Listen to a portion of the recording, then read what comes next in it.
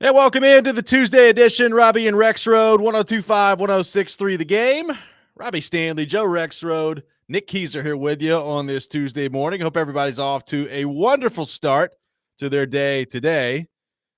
Joe, we got a Titans win to talk about. I wondered when we get one of those, and we got it. Good morning. How you doing? Good morning.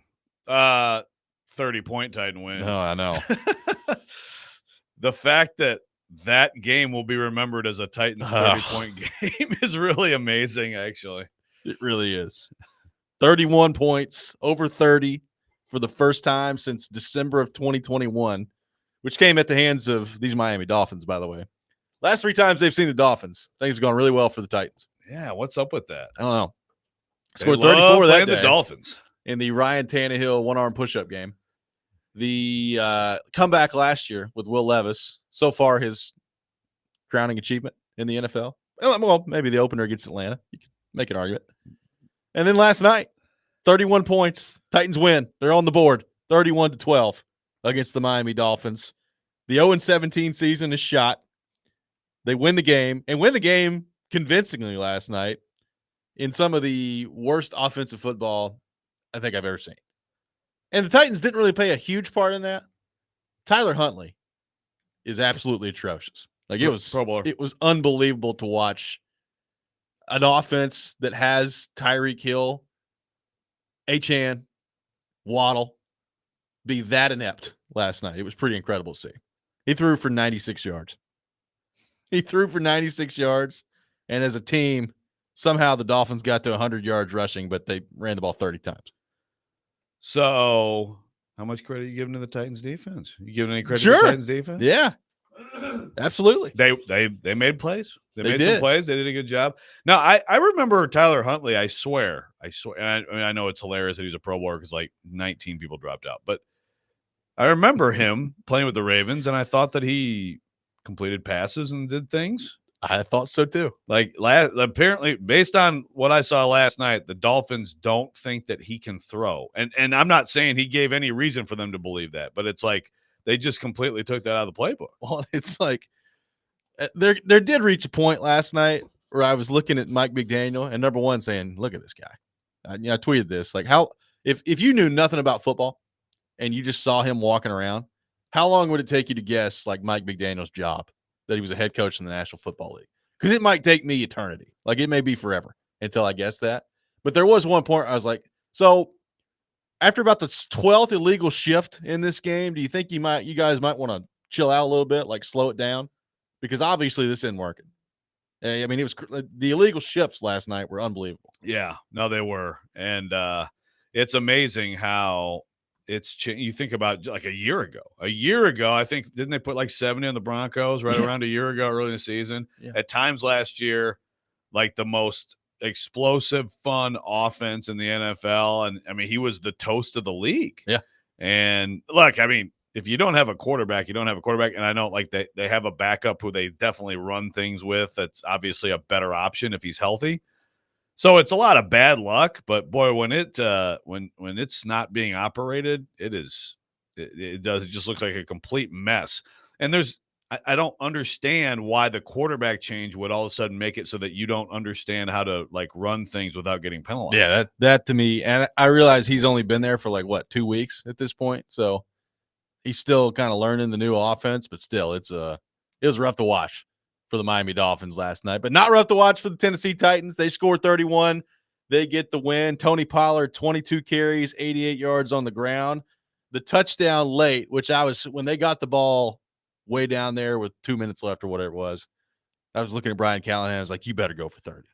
Like it's been 38 games since you guys have scored 30 points. You've got the ball on like the 15-yard line to start. You better get out there and go for 30. And to his credit, he did. And I appreciated that last night. Well, they did was run the ball. I know. Like, I mean, he said everything. He's like, I was kind of basically, I was surprised that play got in, but it did. Pollard got in on that last one. He goes around right in and gets in. So, yeah, good.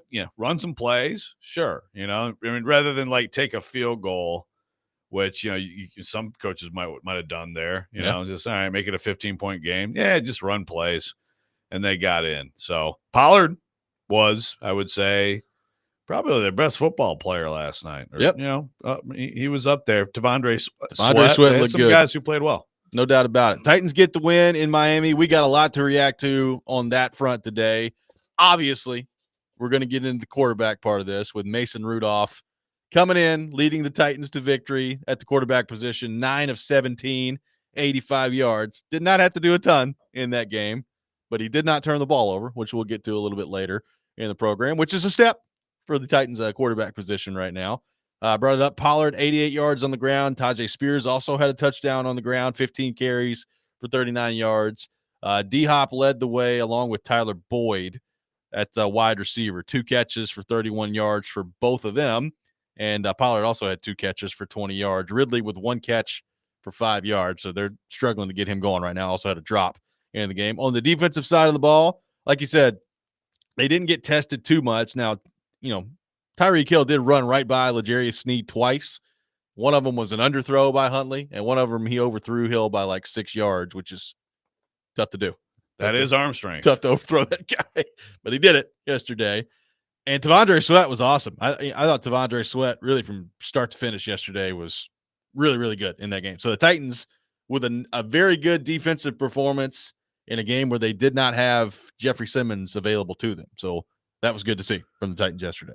Yeah, and some big, I thought one of the big plays of the game was the 4th down where Murray gets out to Hill and then Diggs fills hard and makes a big-time play. I mean, they had some good defensive snaps last night, like you said, even without Simmons. I mean, Sweat was a problem for Brewer.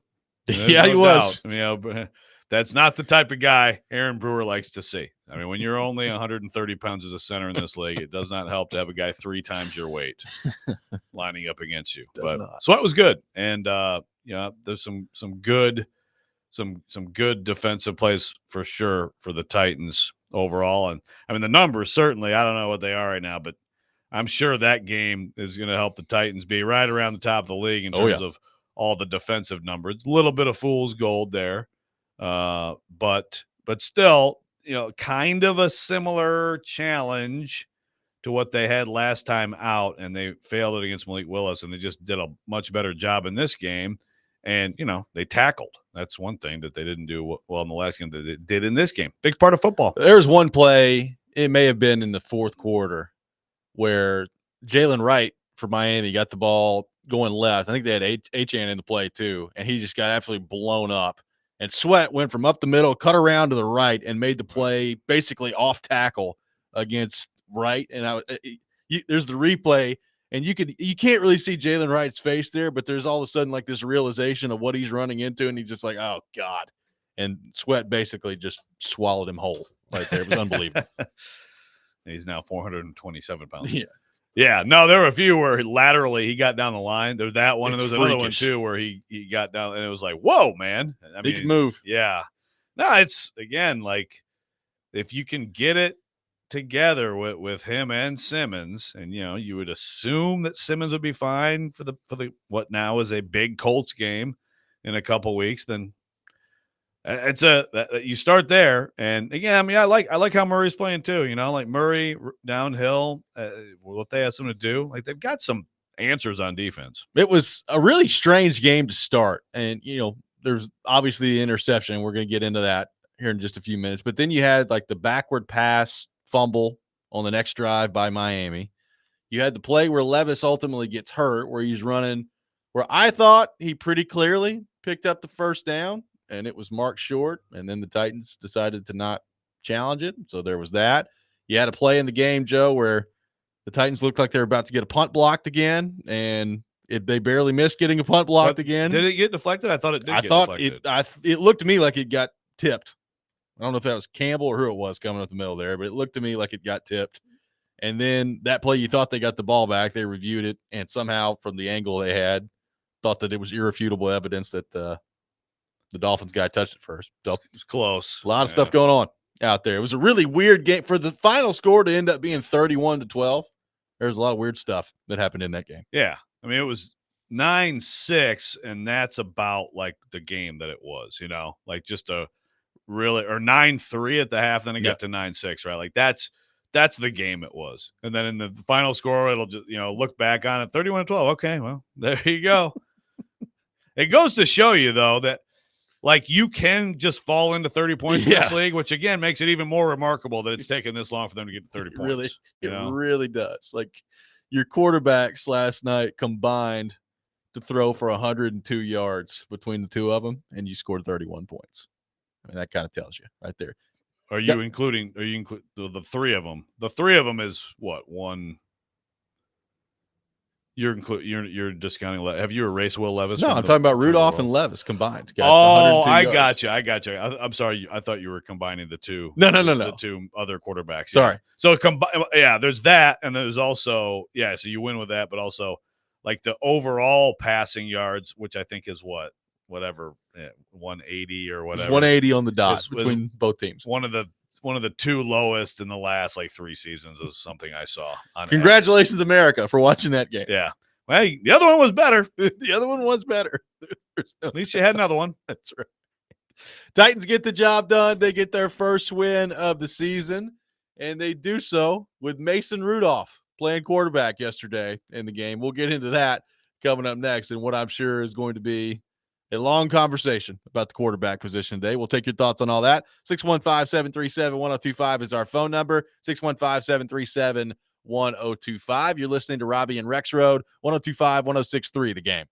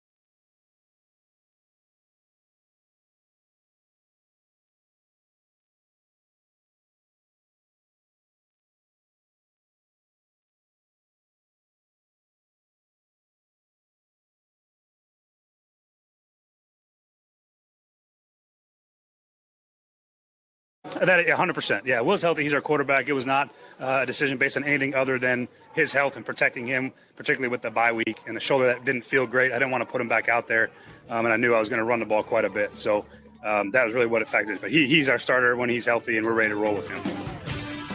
That's Brian Callahan after the game last night. Titans win 31-12, get their first win of the season. And you get to just bask in the glory of this win for 2 weeks, Joe. You get the win right before the bye week. Titans feeling good heading into the bye week. Let me tell you something. For our sake, thank God the Titans won last night because, like, seriously, it'd be 0-4, and we would just be getting draft questions. Yeah. I swear. The text line would be nothing but draft questions. Yeah. And I see none of them now. So, yay, Titans! Well, you just wait. We'll get some. And I maybe some, but I'm going to continue my policy. I refuse to talk about it. I won't do it. Oh, man, I'm with you. I say we have a show other than, like, you know, the whole, like, but they need to double tank for Arch. I will talk about one of those last night. I need to yell at that. But other than that, yes, we can avoid it. We can talk about the Titans season of 2024, which will continue when the Indianapolis Colts come in for a big one. That is true. In the meantime, Titans can rest, get healthy. The week 5 bye sucks. Yeah, an idle week this early. And the Lions have the same thing too. Not ideal. Not an ideal idle. But get Jeff Simmons healthy. Who else is banged up? Who else? How else can they benefit from that? Well, I mean, Steve was questionable. He ended up playing yesterday, but Yeah. give him, a week or two to rest up those knees, I guess. Yeah, that'd be good. Could get like a year or two. Yeah. And then come back. But yeah, he's out there. He shows up. I mean, Levis, get that shoulder healed up. That's true. Yeah. That helmet did not come off him on that sideline. Yeah, he was ready. not. He was ready to go in, man. I think he was ready to go in. We'll get into that here in just a few minutes, but let's just set it up. So Levis starts the game, obviously, for the Titans. The first drive, he throws an interception, and what was a pretty ugly interception to a defensive lineman. Second drive, they get the ball back after the Miami turnover. When Arden Key recovers the backward pass and nobody blows the whistle, and then Arden Key runs around for a little bit, and then he kind of looks around backwards like this, and then they finally blow the whistle, and it's like, okay, so is it a live ball or is it not a live ball? What's happening here? And that play was over. So there's that. Titans get the ball back, and it's third down. Levis scrambles, tries to pick up the first down. I thought successfully did pick up the first down, but apparently not. Was ruled a yard short. Should have been challenged. Lands on the right shoulder, and that was all she wrote for Will Levis in the game. Mason Rudolph comes in and does not turn over the ball. He only throws it 17 times. He completes 9 of them. Now, he did have a couple of drops in there too. Yep. 85 yards passing for Mason Rudolph, a rating of 67 at the quarterback spot. Will Levis had a 51 rating, by the way, when he went out of the game. 3 of 4 for 25 yards and the interception. Number one, let's just start on the Rudolph front. What did you make of the way that Rudolph played coming in a game that did not require him to do a whole lot at the quarterback position? Yeah, he was fine. Mason Rudolph is a good backup quarterback in the NFL. Dare I say top 10. And he did fine. He managed the game. He, like you said, he had a couple drops. He had one that I think you'd call a drop by, I don't remember if it was Hopkins or Ridley, but also could have been a pick. It was a little bit of Hopkins, yeah. Yeah, a little bit of a dangerous throw. But other than that, didn't put the ball in harm's way. They ran the ball and they played defense. I mean, he was fine. There was nothing, to me, nothing really remarkable either way about his performance. It's what you would hope from a backup. And if Mason Rudolph were to play in games this year where he had to throw it more, then I think he could have better numbers and he could produce. I do think that last night we saw an offensive line that took a step forward from atrocious to, I thought it was a competent performance by the offensive line. I agree. So that was good to see. Yeah. And look, to Koharski's point last week, I don't think that Miami has the same type of rushers that they've seen the last couple of weeks. But there's no doubt about it. I mean, Mason Rudolph talked about it in his interview with Laura Rutledge after the game. There were some adjustments that the Titans made, and Bill Callahan put together a plan this week for his offensive line that clearly they went out and executed much better than they did a week ago. And that was in the run game. I thought the run blocking, especially as the game got on, was pretty good. And then pass protection, what did they give up? 1 sack?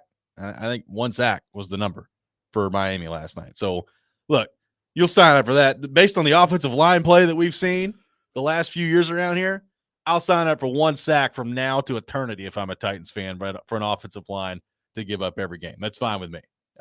Much improved performance from those guys. No, absolutely. Early on, Petit Frere got beat by Jalen Phillips, who was their best player, and he got hurt. So that's another part of this too. I mean, he missed most of the second half.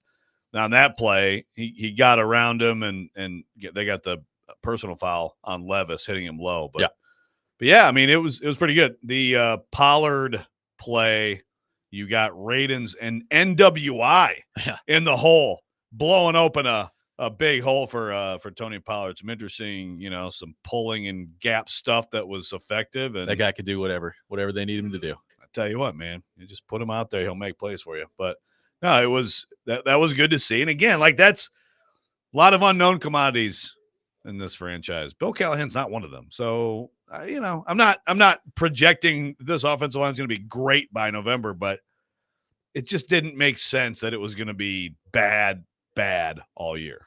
Right. And look, there's still more to prove from those guys, but it was a heck of a course. step forward for them from what we saw the last time out, which the last time out was embarrassing, frankly. So a nice step forward from them. You brought up Levis. So Levis leaves the game, lands on the shoulder. He does not come back into the game. Now, he went in the medical tent. He stayed on the sideline, had his helmet on, was throwing the ball on the sideline, looking like he was trying to get back in there, and either I don't know specifically what happened. Either he said, "Nah, I can't do it," or Callahan looked at it and said, "Yeah, it's just not happening." Now, Callahan at halftime with Laura Rutledge did say that if Levis could go, like if they got in there determined he could go, then he would. Obviously, Mason Rudolph came back out and finished the rest of the game. After the game, there was really no hesitation from Callahan on who's the quarterback either. I think it was, if Will Levis is healthy, Will Levis is our quarterback. And it was zero hesitation on that front. So, I mean, Joe, that leads me to believe that they didn't bench him. Like he got hurt and they didn't put him back in the game, I guess with an abundance of caution, putting it that way. But he was in shoulder pads with a helmet on the entire game on the sideline. So it was kind of an interesting dynamic there that they kept talking about on the broadcast as well with Fowler, Riddick, and Orlovsky. Yeah. I mean, sometimes you see in the NFL, it's like this guy's available, but, it's like unlikely to play. Yeah. So if Rudolph would have gotten hurt, then I think, obviously Levis would have gone back out there. But clearly, I mean, it looked like he was in some pain at one point on the sideline. You've got a great meme of him now. He is a meme gift. There's no doubt. He is a gift, a meme and gift. Yes. So, yeah, look, Callahan left he said 100% he's a quarterback, which, frankly, good for him. I think good for everybody, although I guess we could have even more spirited arguments for 2 weeks if it was like leaving the door open. But I mean, to me, that's how it should be. I understand there's going to be back and forth on that. You're welcome to disagree. I like what Joe and Maryland say. He's like, run the ball and play defense. Didn't we fire that guy and not re-sign the best back in the NFL? But some people, I understand. Some people are like, hey, have a quarterback who doesn't turn it over. Have a better chance of winning games with a good defense and a good running game. I get that. Yeah. I mean, I don't think this is like an absolutely ridiculous conversation to have, but I think that what he said is the right way to approach this as an organization, as a head coach. I think, it would be, I do think it would be one thing, like if Mason Rudolph came in yesterday and just set the world on fire and went out there and threw for 250 yards and 3 touchdowns, and the offense just looked totally different than it did with Levis, then I think it would be a much more interesting conversation today. I mean, it's interesting enough on its own. Like, it just didn't have to, it was pretty clear early in that game that as long as you didn't turn the football over and you didn't let Tyreek Hill get behind you to the point where Tyler Huntley could arm punt him the football, that you're probably going to win. Like, it became pretty clear early on that if that's the way things played out and you just didn't get burnt by Tyreek Hill, that you were probably going to win the game because the Dolphins couldn't get anything going trying to run the ball. I know they ended up with 100 yards. I mean, did you ever feel like the Dolphins running game was dangerous last night? Huntley pulled it a couple times. I think he got loose for a 20-yarder one time, but that was about it in the game. Like there was nothing really threatening about the Dolphins running game last night. So as long as you couldn't, you didn't get torched by Tyreek Hill, you had to feel pretty good about the way things were going for you on the defensive side of the ball. So I'm with you. Like Rudolph probably could have put up better numbers. They didn't need him to. Like it became pretty clear yesterday that just take care of the football and you were probably going to win. Now, to his credit, he took care of the football, and that has been a problem for the Titans. And somebody threw the question out there. I don't know the answer. I legitimately don't. I think the Titans still win if Levis is quarterback the whole game yesterday. But the interception he threw on the first drive was just so mind-numbingly stupid where I was just like, here we go again. And I said it to you off air before the show. We're about one of these away from me being out. Like it's like beating your head against the wall at times with this guy. It's stop turning the football over and protect yourself running. And what did we get on the first two drives? An egregious turnover, and you hurt himself running the football. I mean, it feels like Groundhog Day at with Will Levis at this point. Yeah, it's not good. It's not good at all. So, yeah, it's like a lot of the whole thing has to do with how good you think they can be and how good you think, like someone on the text line is like, well, if Rudolph had a week to prepare and be the starter, he'd be a lot better. Okay, maybe. Yeah, look again. Mason Rudolph has, despite some of the misinformation that's been thrown around this station, like last year, he had big numbers late in the season, won these games, had the best QB rating in the NFL. We know he can play in this league and he can produce and throw. So, if you think that can get you somewhere serious this year, then I think it's a better thing to entertain. I don't. So, but at the same time, I hear you. I mean, but I just look, when you do it, if it's one more, then what you're saying is it's one more and he's done, period. You're done with Will Levis. Yeah, okay. That's what I'm saying. Okay. Like to me, some of these repeat mistakes, you cannot have it at quarterback. And if you get through a bye week here and he is just so reckless with the football, which is what he is. Like he is reckless with the football.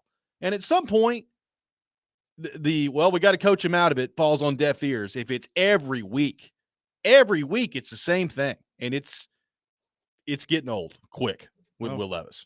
I don't disagree. 615-737-1025 is our phone number. We'll take your thoughts on Mason Rudolph coming in the game and the Titans getting their first win of the season last night. What do you make of the Rudolph-Levis conversation moving forward? We'll get into that as well. Robby and Rexrode, 102.5, 106.3 The Game.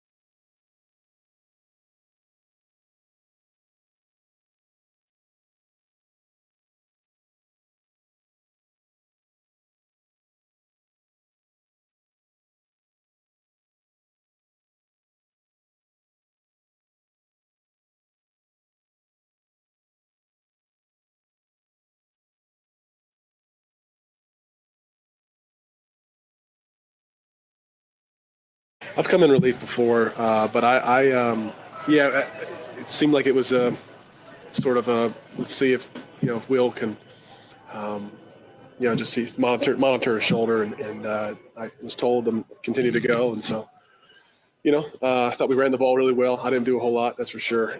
Tony and the O-line and Taji just mauled them up front, moved the ball, controlled the ball in the second half, and we protected the ball, didn't turn it over, there in the second half, and got out with the win. That's Mason Rudolph after the game last night. Titans win 31-12 against Miami, their first win of the year, improving to 1-3 on the season, now heading into the bye week. Taking your thoughts on the quarterback situation. Brian Callahan making it pretty clear after the game that Will Levis is still their starting quarterback as they move forward here. Is that the right move? Taking your thoughts on that. 615-737-1025. Let's go to our 1025 The Game phone line, driven by WilsonCountyHyundai.com. Welcome in Jay in Houston. Jay, good morning. Thanks for calling in. Hey, good morning, guys. It's good to talk with the best duo in the morning. Thank you. I hope y'all doing good. Yeah. I've kind of gone both ways on this a little bit. As a fan, you get so emotional and you want your team to do well. And 9 turnovers in 4 games is hard to defend. But I think I came to the conclusion after seeing Mason last night. I think we just got to ride with Levis. I think we just got to see if he can make the improvements we need him to make, because as far as this roster is set up, that's the best case scenario, in my opinion, is if Levis can turn into a legitimate starter by the end of the season, because we still need a right tackle. We're still going to need some edge. So honestly, for this team and the roster construction, it's almost like I look at it like with Levis, you're playing the slot machines. You might, if you sit there long enough playing the slot machines, you might hit jackpot, or you might just be wasting your time. But for right now, I think that's the best bet that the Titans have. It's going to be a roller coaster. That's what I think we just got to be prepared for as fans. Yep. Thanks for the call, Jay. Appreciate it, man. I largely agree with mostly everything you said there. Pretty much agree with all that. Yeah, I would go back to Levis against Indianapolis. I would. Now, I said it earlier. There's got to be, at some point, some pretty dramatic improvement here. And if you get through the bye week here and he comes out and immediately just starts turning the football over again, well, to me, you're starting to get into territory of, all right, I've seen what I need to see. To me, at some point, you have to stop turning the football over. And look, it's going to go down in the stat sheet. He played 2 drives yesterday. He turned the ball over 1 time. I have no idea how that game plays out if he's the quarterback. Again, there was not much that was going to be required from the quarterback position for them to win that game yesterday. It became pretty clear quickly in that game. But do I have confidence that Will Levis wouldn't have thrown 2 more picks in that game? No, I have no confidence in that. Now, that doesn't guarantee that he would have, but he is reckless with the football. And look, sometimes plays happens where quarterbacks don't see a defender dropping, and it was a good, well-executed play by the Dolphins, and that happens in the NFL. That's not specific to Will Levis. But it is just another example of not seeing what you need to be seeing at the quarterback position, and it's getting very concerning to me. Yeah, and you saw the lip reading on the sideline. I didn't see him. Yeah. Right, that play happens. Every quarterback the guy drops, you don't anticipate that. You're thrown to a spot, you don't see him. That happens. But in the context of all the other mistakes he's made, it's just like every kind of possible turnover. TD had the tweet last night.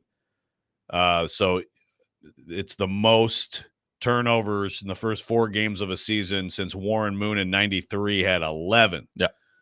So Levis has 9, 6 picks, 3 fumbles. I'm assuming that's franchise, not total league. Yeah. Yes, I'm sorry. Yeah, franchise.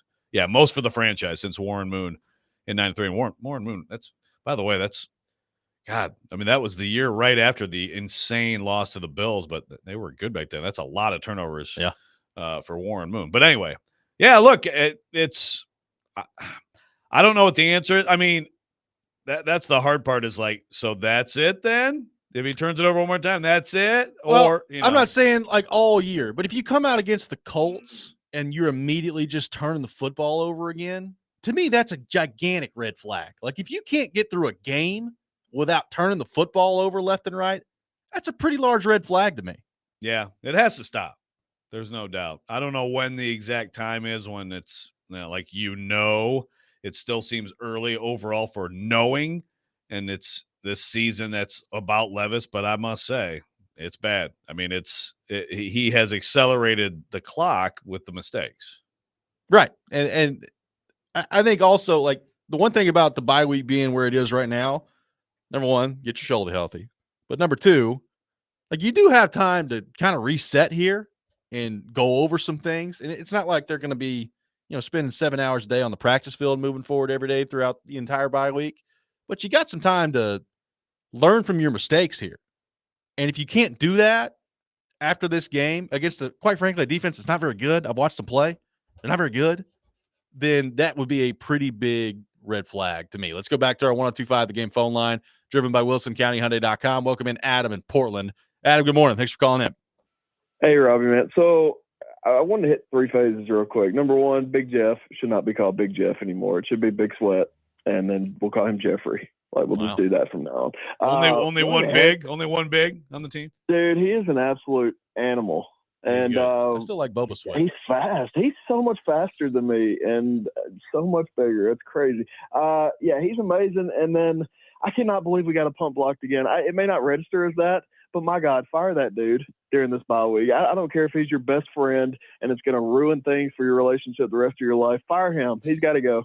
And then as far as the quarterback, man, I'm absolutely in the Mason Rudolph camp. I hear what y'all are saying. Will Levis come right out, threw a pick, and then looked over and went, I don't even know what I did. I didn't see him. Like, that's so dumb, dude. Get him out. He needs to watch longer.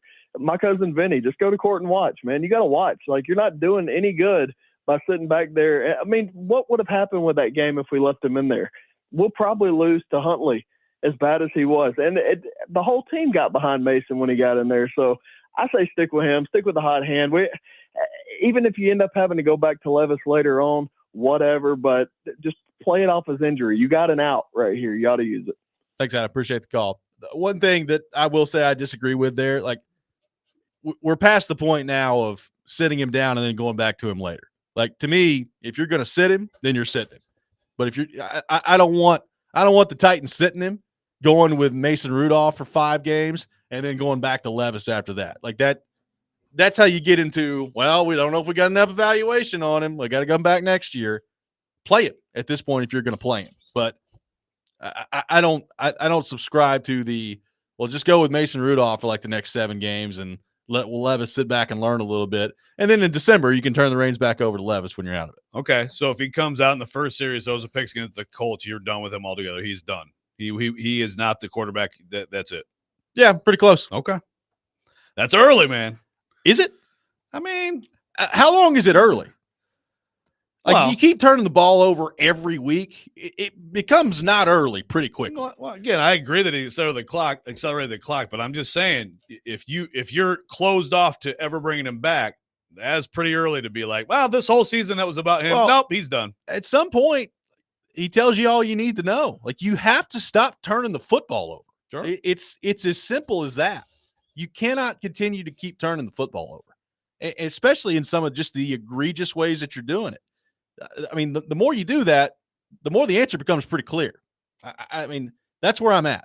You have to stop turning the football over. And I'm not saying he's never allowed to throw another interception again, but it would be, I think, a gigantic red flag if you've turned the football over to this degree every week. You get the bye week.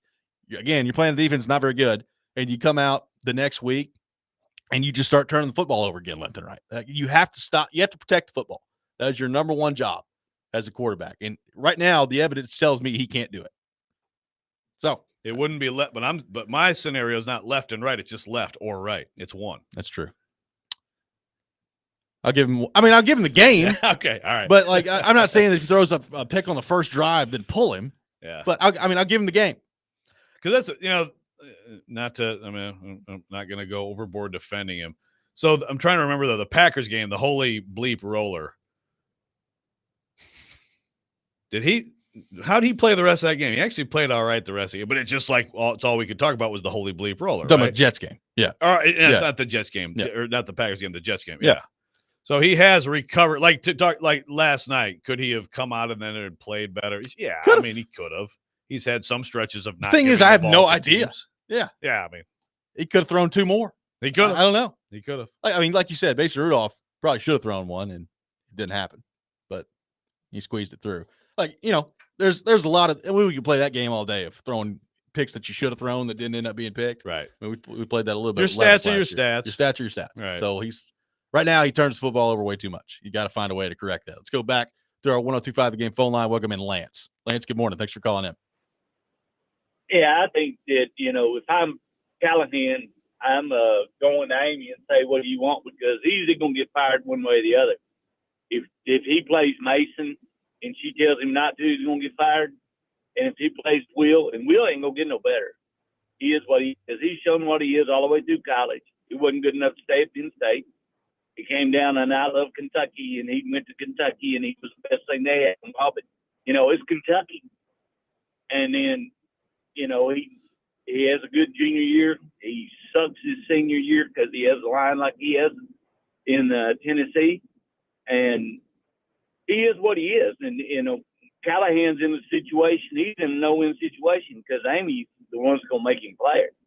And the rest of the team, I guarantee they'll line up behind Mason because they have a chance to win. Stupid, and he's been stupid all his life. And arrogant and a rich kid that can't get out of his own way. So they need to set his butt down, let him learn. Maybe he can 3 or 4 years and be in there and getting humbled and taught how to play football.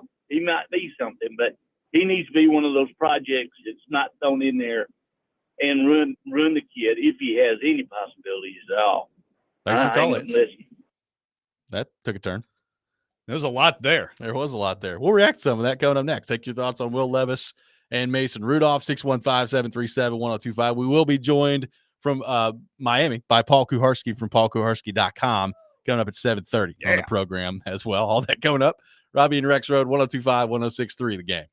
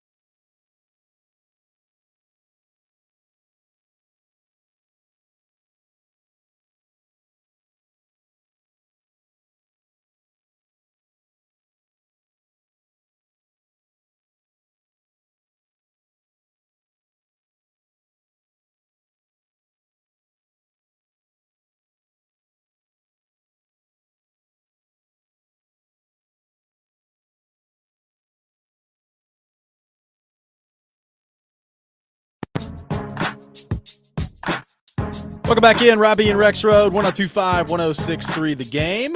We are live from our Busy Bee Plumbing, Heating, and Air Conditioning Game Nashville studios, home of the $99 yearly Beehive membership, where the buzz is always about great service. Taking your thoughts on the Titans, their win last night against Miami, the quarterback situation with Mason Rudolph coming in, getting the win last night, and what to do with Will Levis moving forward here. Now, again, Callahan's made it clear Levis is going to be the quarterback if he's healthy. So, like, the idea that Will Levis is healthy and they're going to go with Mason Rudolph against Indianapolis does not look like that's going to happen. So you could think that Mason Rudolph, and we've gotten a lot of that on the text line today, Mason Rudolph should be the quarterback moving forward.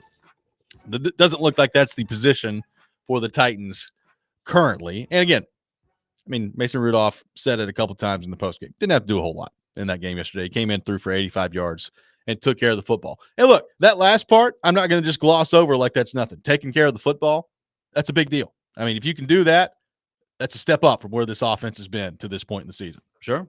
So, I mean, if you want to throw that argument out there as to why he should play, I can listen to it. I mean, I don't know that I'm all the way there yet, but I can listen to it in terms of protecting the football and leaving him in there. But I think the point you brought up earlier is a good one.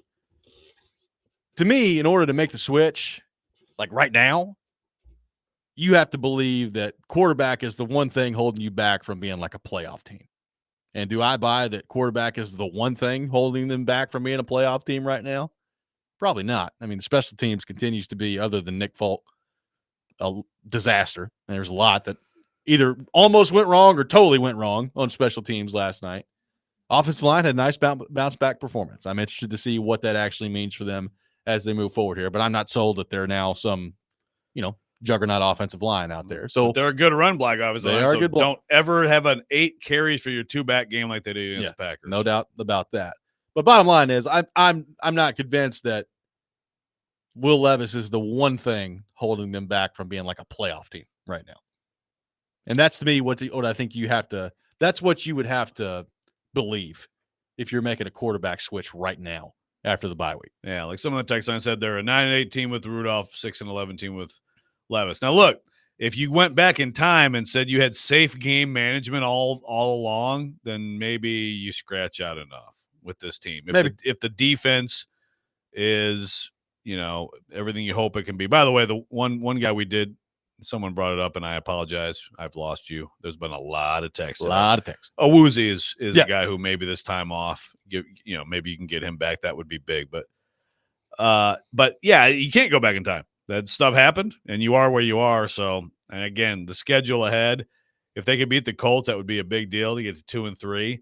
And then they will be looking at 2 games where they are massive underdogs at Buffalo and at Detroit. Yep. And so, you're probably best case 2-5 coming home for the Patriots. Now, you look at the rest of the schedule. Is it possible they could get in there, get in the mix, and again, be in December, be in some kind of a race for a spot? Yeah, I think it's possible. The ceiling, well, look, the floor is definitely lower with Levis. Yeah.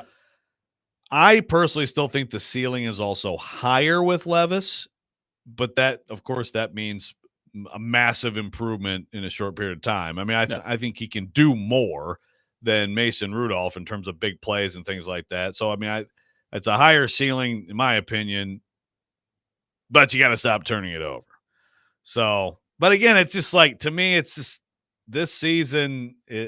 We've been saying it forever, and it just hasn't changed because now they're playing football and he's not playing well. I mean, it's to me, you got to exhaust the evaluation of Will Levis, and I just don't think they're there yet. Well, I don't think they are either. Look, let me be clear. I'm getting close to being there.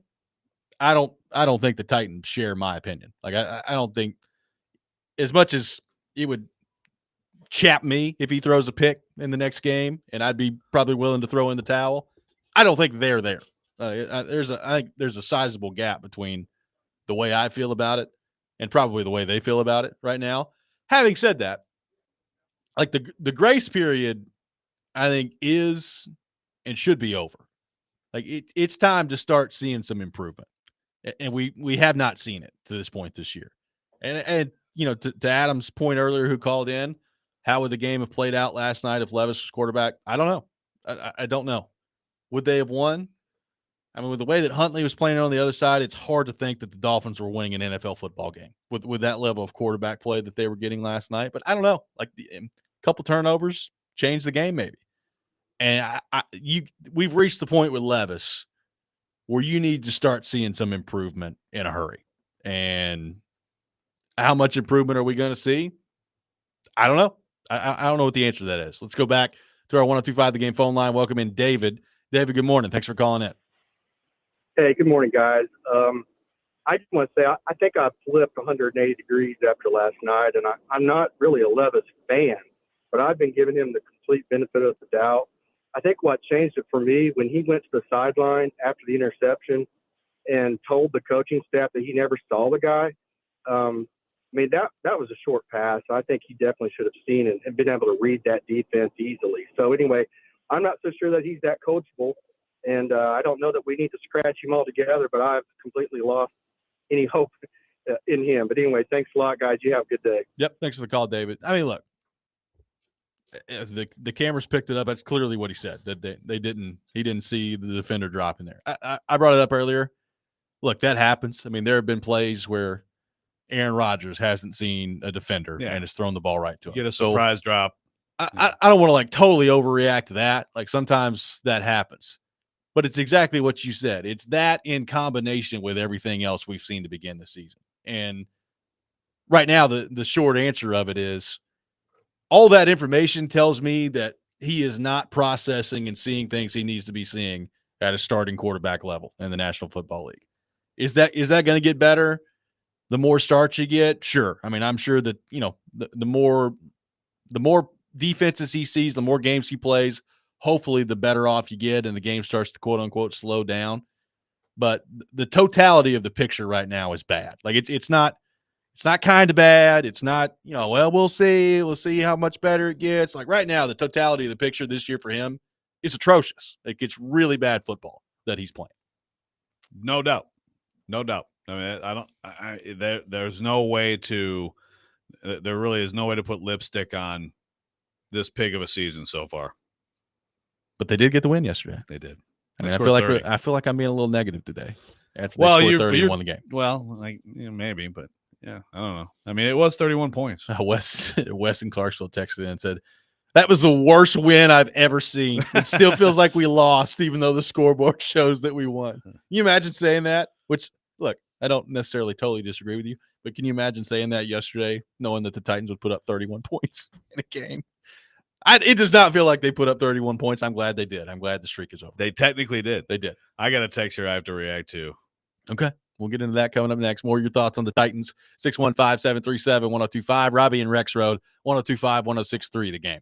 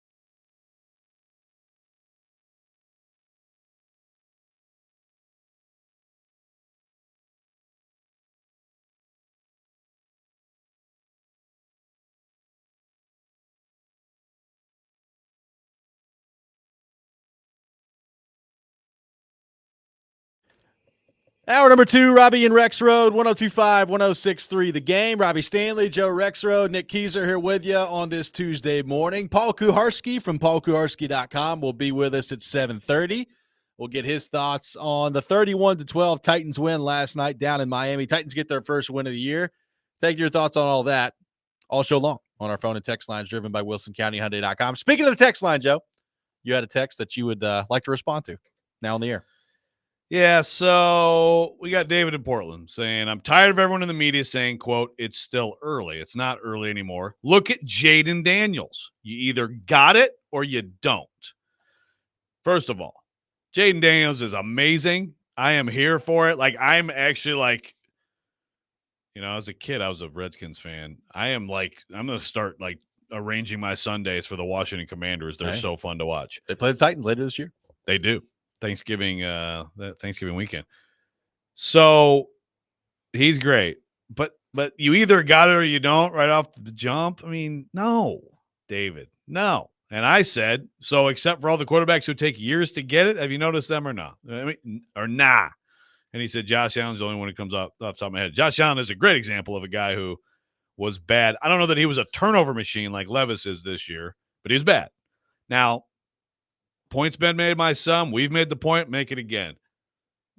All of this stuff is different because he's a second-round pick as opposed to the first or second Correct. pick. If he's a first or second pick, then you are like it's just you have to. We're not even having a conversation yet. Right. Yeah. Although Carolina's already given up on their number one overall pick. But for There's the most part, unless you're a complete poverty franchise, you know, then you're going to try to see that through. But, yeah, Josh Allen, we've talked so much about Jordan Love. I'm watching Sam Darnold, Sam Darnold was bad turnover guy, bad quarterback. Someone actually suggested in the text line, how about send Levis to San Fran? That maybe San Fran can be like your quarterback rehabilitation. Just go franchise. sign him again. Hey, we'll next year. trade you Levis for free. Just keep him for a year so he can get better and then trade him back to us. There's tons of guys, though, David, tons of guys who take time and are bad early and figure it out. Yes, Jaden Daniels is amazing right away. CJ Stroud last year, fantastic right away. That happens too.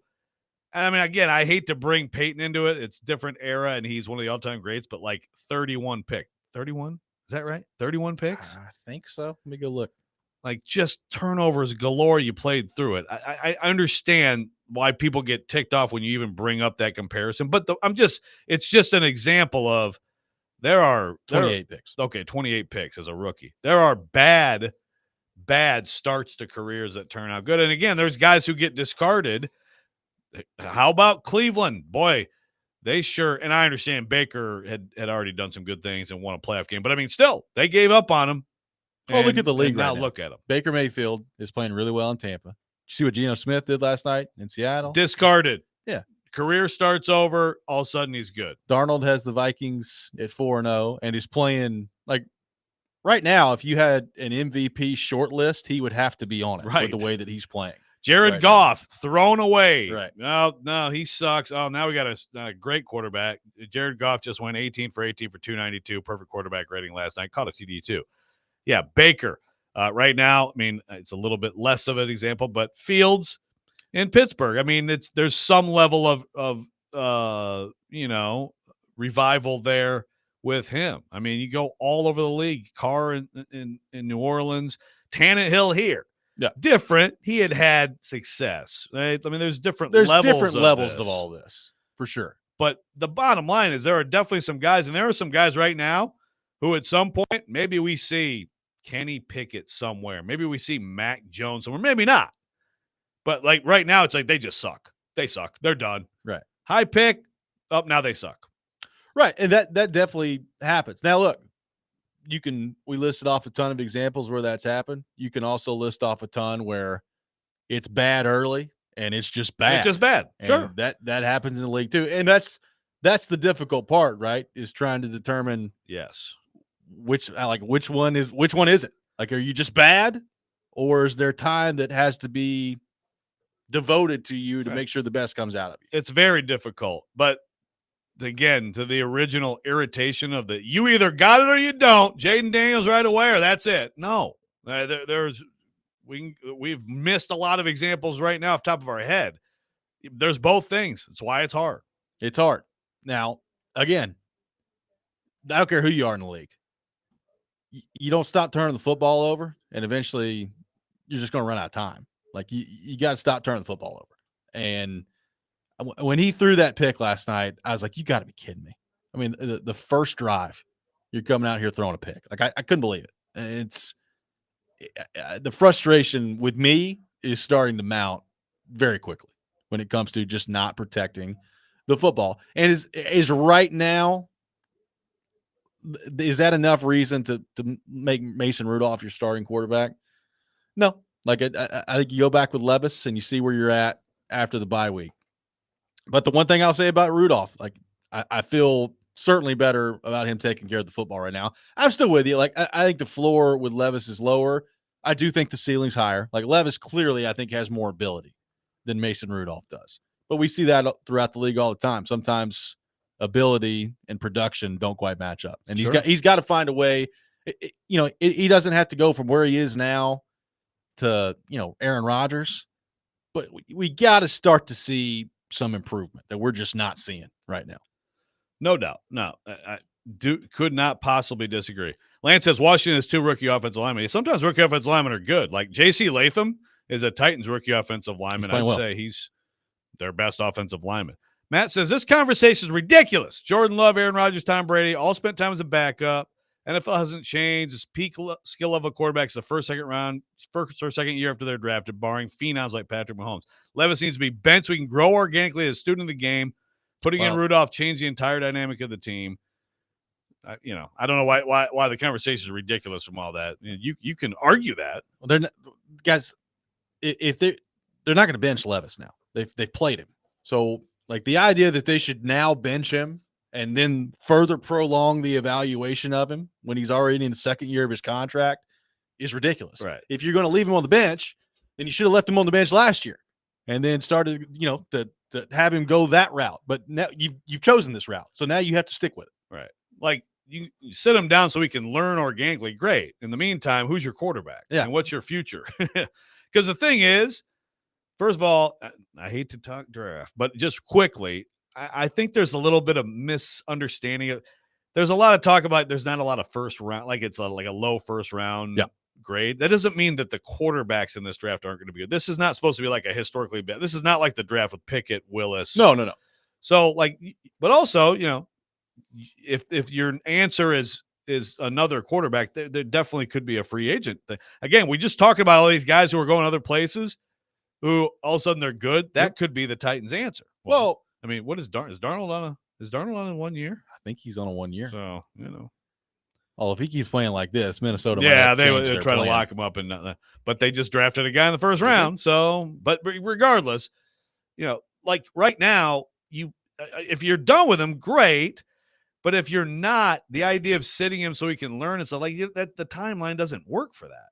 Well, it's too late for that. Like, you've already chosen your path that way. Like, the idea that you could sit him down and then, like, all right, well, next year, then you can really dive in. Like, no, it's too late for that. You got to make another decision. 615-737-1025 is our phone number. Quick audible on the program. Paul Kowarski will be with us coming up next here at 7:15. We'll get his thoughts on the Dolphins and the Titans from last night. Titans get their first win of the year. That's coming up next. Robby and Rexrode, 102.5, 106.3, The Game.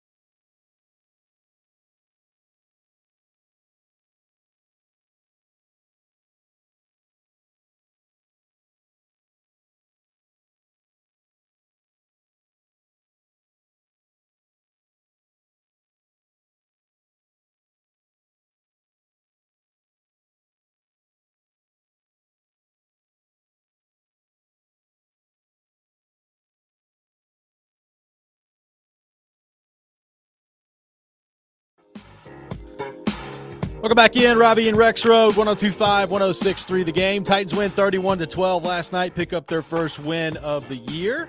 Mason Rudolph coming in at quarterback. And to help us talk more about the Titans win from last night, we go to our 102.5 The Game phone line, driven by WilsonCountyHyundai.com. Welcome in our friend Paul Kuharsky from PaulKuharsky.com. PK, good morning. How are you? Fresh as a daisy, gentlemen. Fresh as a daisy. At Florida sunshine down there, giving PK some new life. Hey, beach I time? was out at the beach for sunrise. Oh, wow. Look at you. Lying.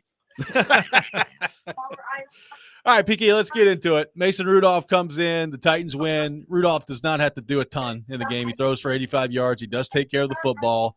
And the Titans pick up their first win of the year. Brian Callahan not hesitating after the game, saying Will Levis is their quarterback moving forward. What did you make of the way that it played out in the game with Rudolph last night and what that means for the quarterback conversation now here moving forward? Yeah, I think unless Will's shoulder is messed up, it's the right call. I mean, that game unfolded in a beautiful way for the Titans. They got a lead. They were able to run. You know, it wasn't a beautiful run game or anything, but they ran twice as often as they threw, which minimized the urgency of the pass protection and didn't call on those guys to, do more than 20 snaps worth of pass protection. Rudolph's numbers were paltry. They broke through the 30-point barrier that had been such a big deal for them and all of that. But it's about as ugly a 30-point effort as you could get. So, a lot of good happened for them in ugly fashion. But I think they got to get back to work on all the same things they were working on before, take a win against a really bad team, and hope the Colts are bad too. So, as you can imagine, PK, it's every angle of the quarterback discussion today, and people mad that we would even talk about it because Callahan said, he's the quarterback, and people mad that we would even consider that Will Levis should see another snap in the NFL. At what point do you say, are you fed up? At what point are you like, okay, I've seen enough? Yeah, not yet. I mean, look, I think the general consensus is, and we'll talk to Callahan about this more today, that it's a Levis examination season. And, later on in the year, most of the time, putting in the middling backup to get a couple wins is frowned upon by people. For some reason, there's a share of them that want it now. I'm generally a win at all costs guy, and even I this year think that they should ride with Levis, get all the information they can on him, and take whatever kind of draft pick comes with that, which is going to be better than what they get with Rudolph if he keeps going the direction he does. Maybe a switch comes on at some point and they get better as the season goes along, which could give you some hope and some evidence that he can be a player going forward, which would be the best case scenario. Or you learn that he can't be the guy and turn towards building for the future, whether that includes moving forward with him or Rudolph next year as you continue to build up a team around who will be the quarterback eventually. But it's a slow process. It's painful watching Levis not see a defensive end drop in front of his target. But instant results are not coming with either of them, in which case I think you stick with Levis. Totally fair. Now, to that point, how concerning is it at this point that the turnovers continue to come at such a rapid rate, game in and game out with him at this point? Yeah, again, Callahan kind of making it like, that kind of interception happens. He didn't see a guy, and sometimes quarterbacks don't see a guy. Well, this quarterback's allowed to start seeing that guy, and I think that's the heart of Joe's question. Like, how long do you wait? I want to see – I think we all want to see some examples of him recognizing some stuff and, where they could come back and say, look at this non-throw. He pulled the ball down because he saw this guy squatting on a route or dropping back in coverage in an unusual way, and our young quarterback recognized it and made an adjustment and didn't do something. And we need to see some examples of that. But again, it's 4 games into his first season with this new offense.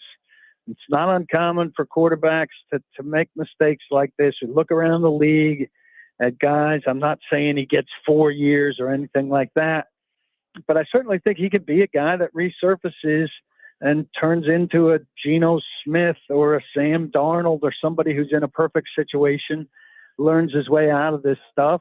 And we're saying, he's a good enough quarterback to win with. Now, do they have enough time to wait for that long-term development like we're seeing out of people like Baker Mayfield? Probably not. But you'd certainly like to give him every chance to be that guy in Nashville first. How was he after this? How was he last night just on his performance and just where things are at this point?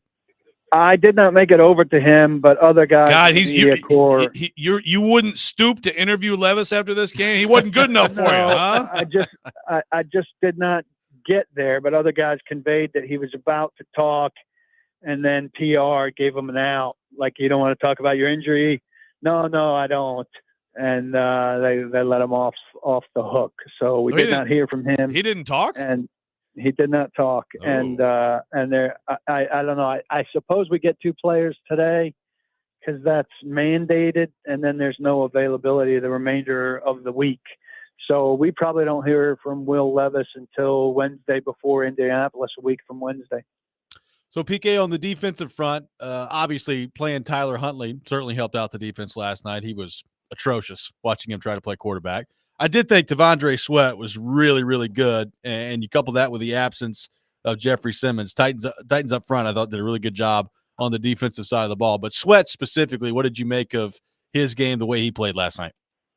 Very strong, and moved laterally to get involved in stuff. And the Titans figured out how to stop perimeter runs when a guy like A-Chain, I thought would be a threat to that. And they certainly tried to get Tyreek Hill going with a couple handoffs into the backfield.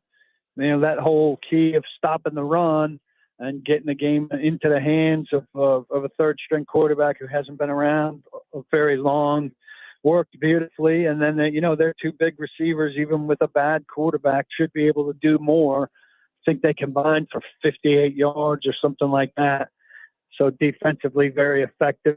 The first turnover, not a thing of beauty because the officials have to whistle that play dead instead of letting it play out like they're supposed to, and then being able to take things away when they can't add things on. But Arden Key making a smart play there on the backwards pass. So strong defensive effort all around against a bad quarterback. Same kind of thing they should have been able to do to Malik Willis. Can't do it to a second stringer, but able to do it to a third stringer. So, maybe Joe Flacco can get hurt next week and they can face whoever the backup to the backup is with the Colts. Did it to a Pro Bowler. Yeah, they did. By the way, for the record. How do you... The weakest Pro Bowl entry in the history of weak Pro Bowl entry. That might be. There should be a list of worst Pro Bowlers of all time. He would top it. So offensive line play, PK, it appeared to me that it looked competent last night. Again, not a lot of throwing, a lot more running, which suits this group. But do you think that we've seen a pretty decent sized step forward here on that front? Yeah, I don't know. I mean, it could be an outlier. I don't know how many games they're going to be able to craft like that, but 20 dropbacks is certainly better than 30 dropbacks. So if they, and the running backs weren't that great, it was just a game where they were able to run like that, but the yards per carry wasn't anything outstanding. Spears, or they had the one big run that kind of got things going and set them up for the first touchdown. Was that Spears or Pollard? That was Pollard, they yep. shifted so much, 41 yards, I think. So that really kind of turned things and opened things up. So I don't think the run blocking and the run game was spectacular, but it did enough to shift the game and make it a run game. And I think if it's a run game, they obviously have a chance to pass protect in a way that's superior. So can they shape games like that? I don't think they're good enough to shape many games, but they were good enough to shape this game. So we know they can do that against a specific type of defense. They also wanted to get ahead, and they got ahead, which helps you kind of be able to control things. How often are they going to be able to play with a lead? I think Indianapolis is not a very good team in the vein of the Titans. So as long as they could keep getting teams like that to pop up on their schedule, they've got a chance. Well, PK, great stuff, man. Really appreciate you taking time to be with us today, and we will see you tomorrow here on the program. Another bright and early morning. I'm loving the lifestyle. That's right. Yeah. That's right. Appreciate See you, boys. All right. PK will be with us tomorrow again on the program in the 8 o'clock hour, and he typically shows up a little bit earlier, and we'll get into all things Tennessee Titans with him tomorrow as well. We'll react to what PK had to say, more of your thoughts on the 31-12 win for the Titans against the Miami Dolphins last night coming up next. Robby and Rexrode, 102.5, 106.3 The Game.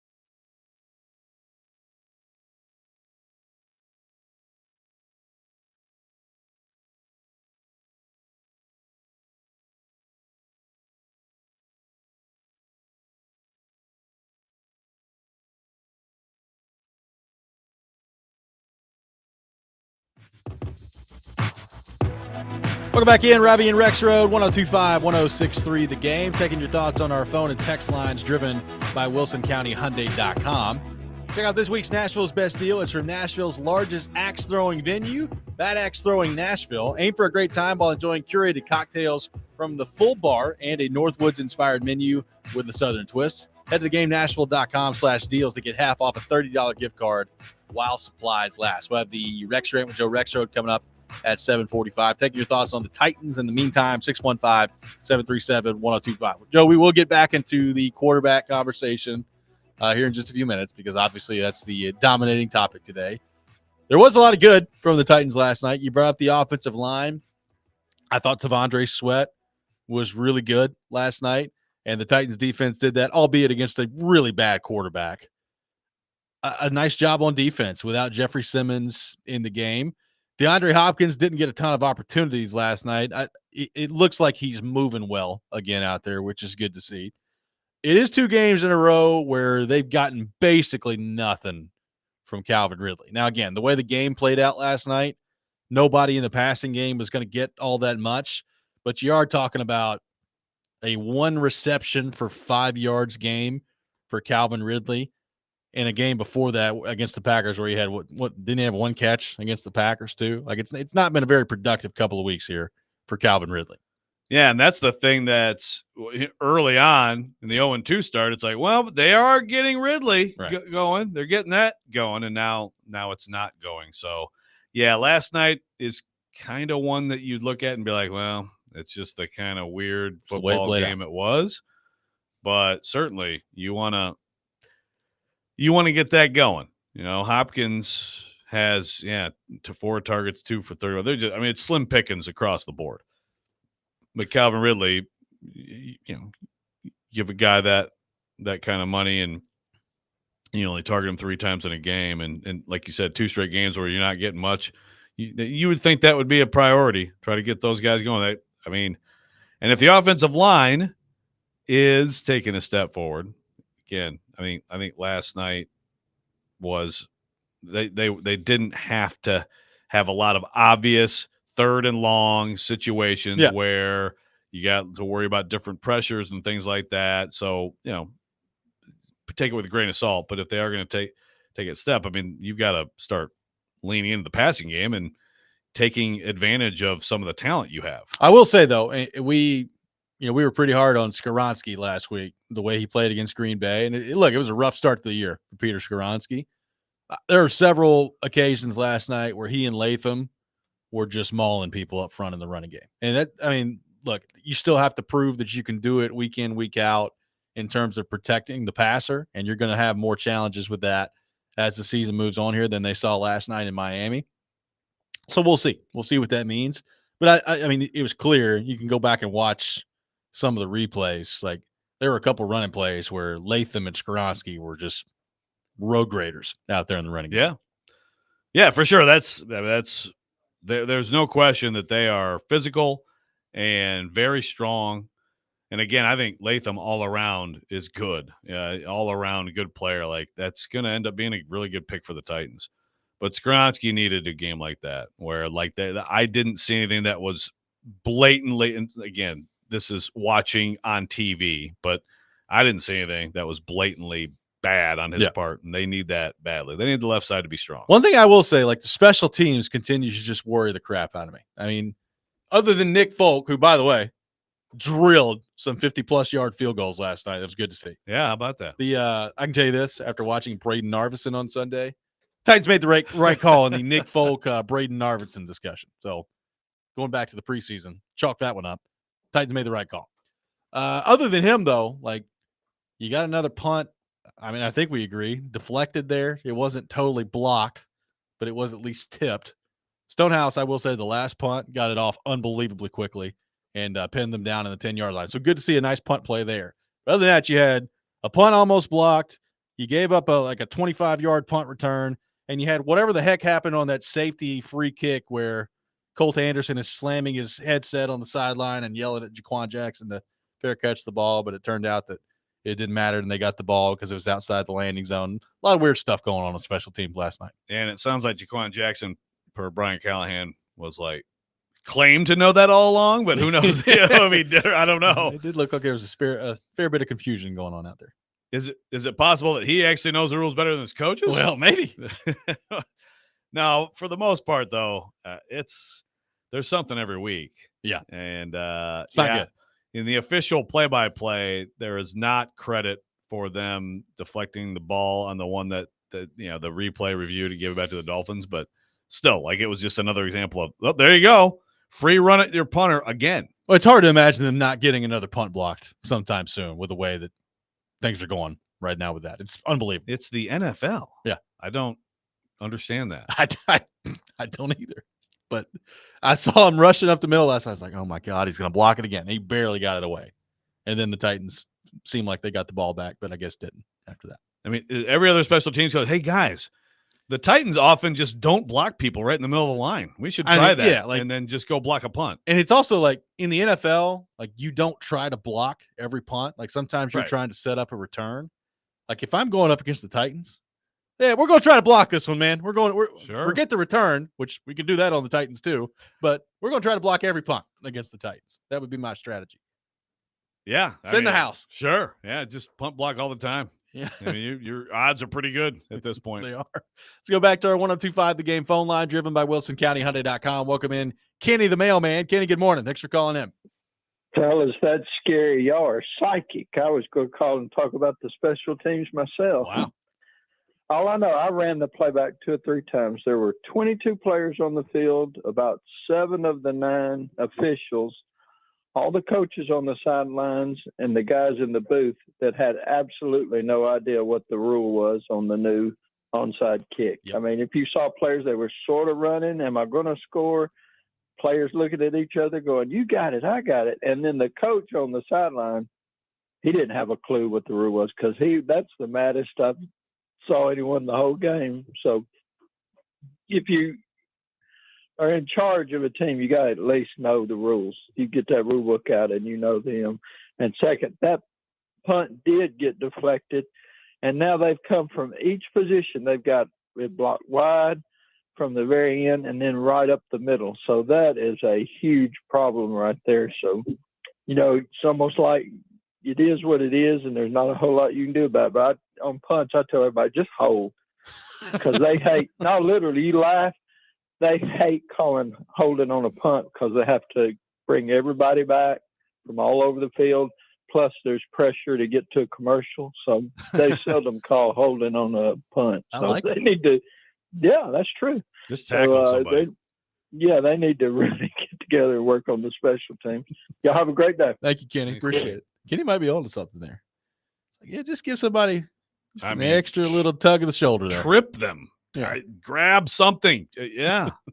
Get in the way. Like fall on your back and make them step over the top of you. Like make would be better anybody than go around you a little bit. But again, you probably don't get a punt block. They won 31-12 last night, and here we are pointing out a lot of problems. I know. Negative.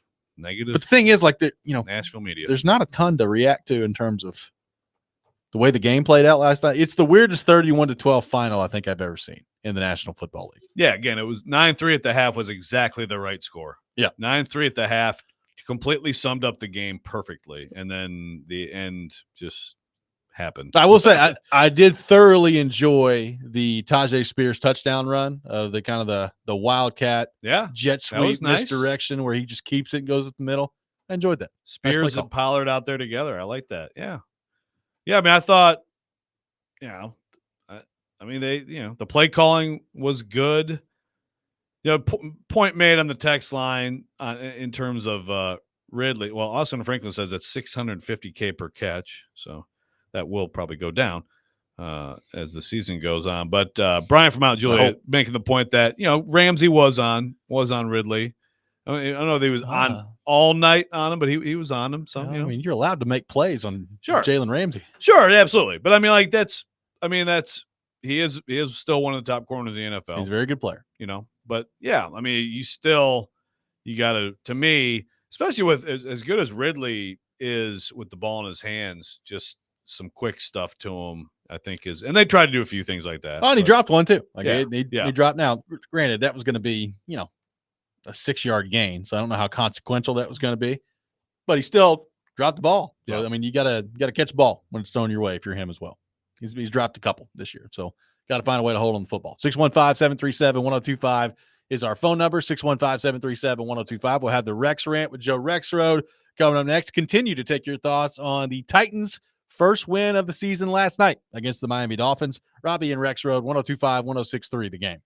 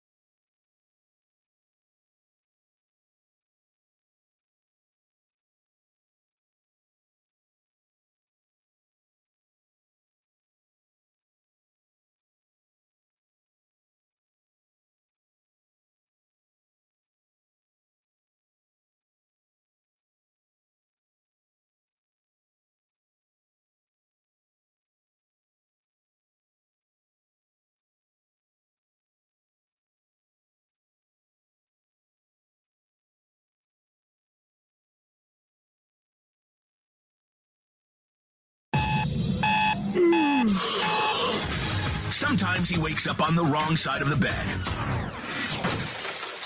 And sometimes he's just, well, Joe. Awkward moment, let's do it. This is the Rex Rant, now on Robby and Rexrode. This is so frustrating. Storm Duck 6. Mason Rudolph is a good backup quarterback in the NFL. Dare I say top 10. It's kind of ugly, though.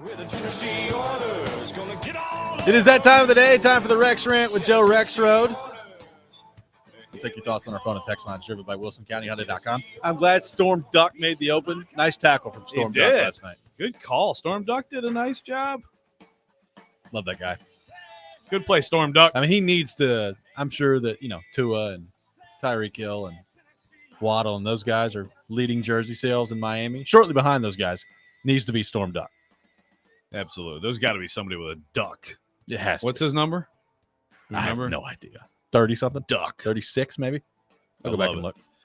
All right, I'm gonna shift it to the Titans in the situation and an interaction I had, a couple that I had last night. But I do quickly rest in peace, Pete Rose, the all-time hit king of baseball.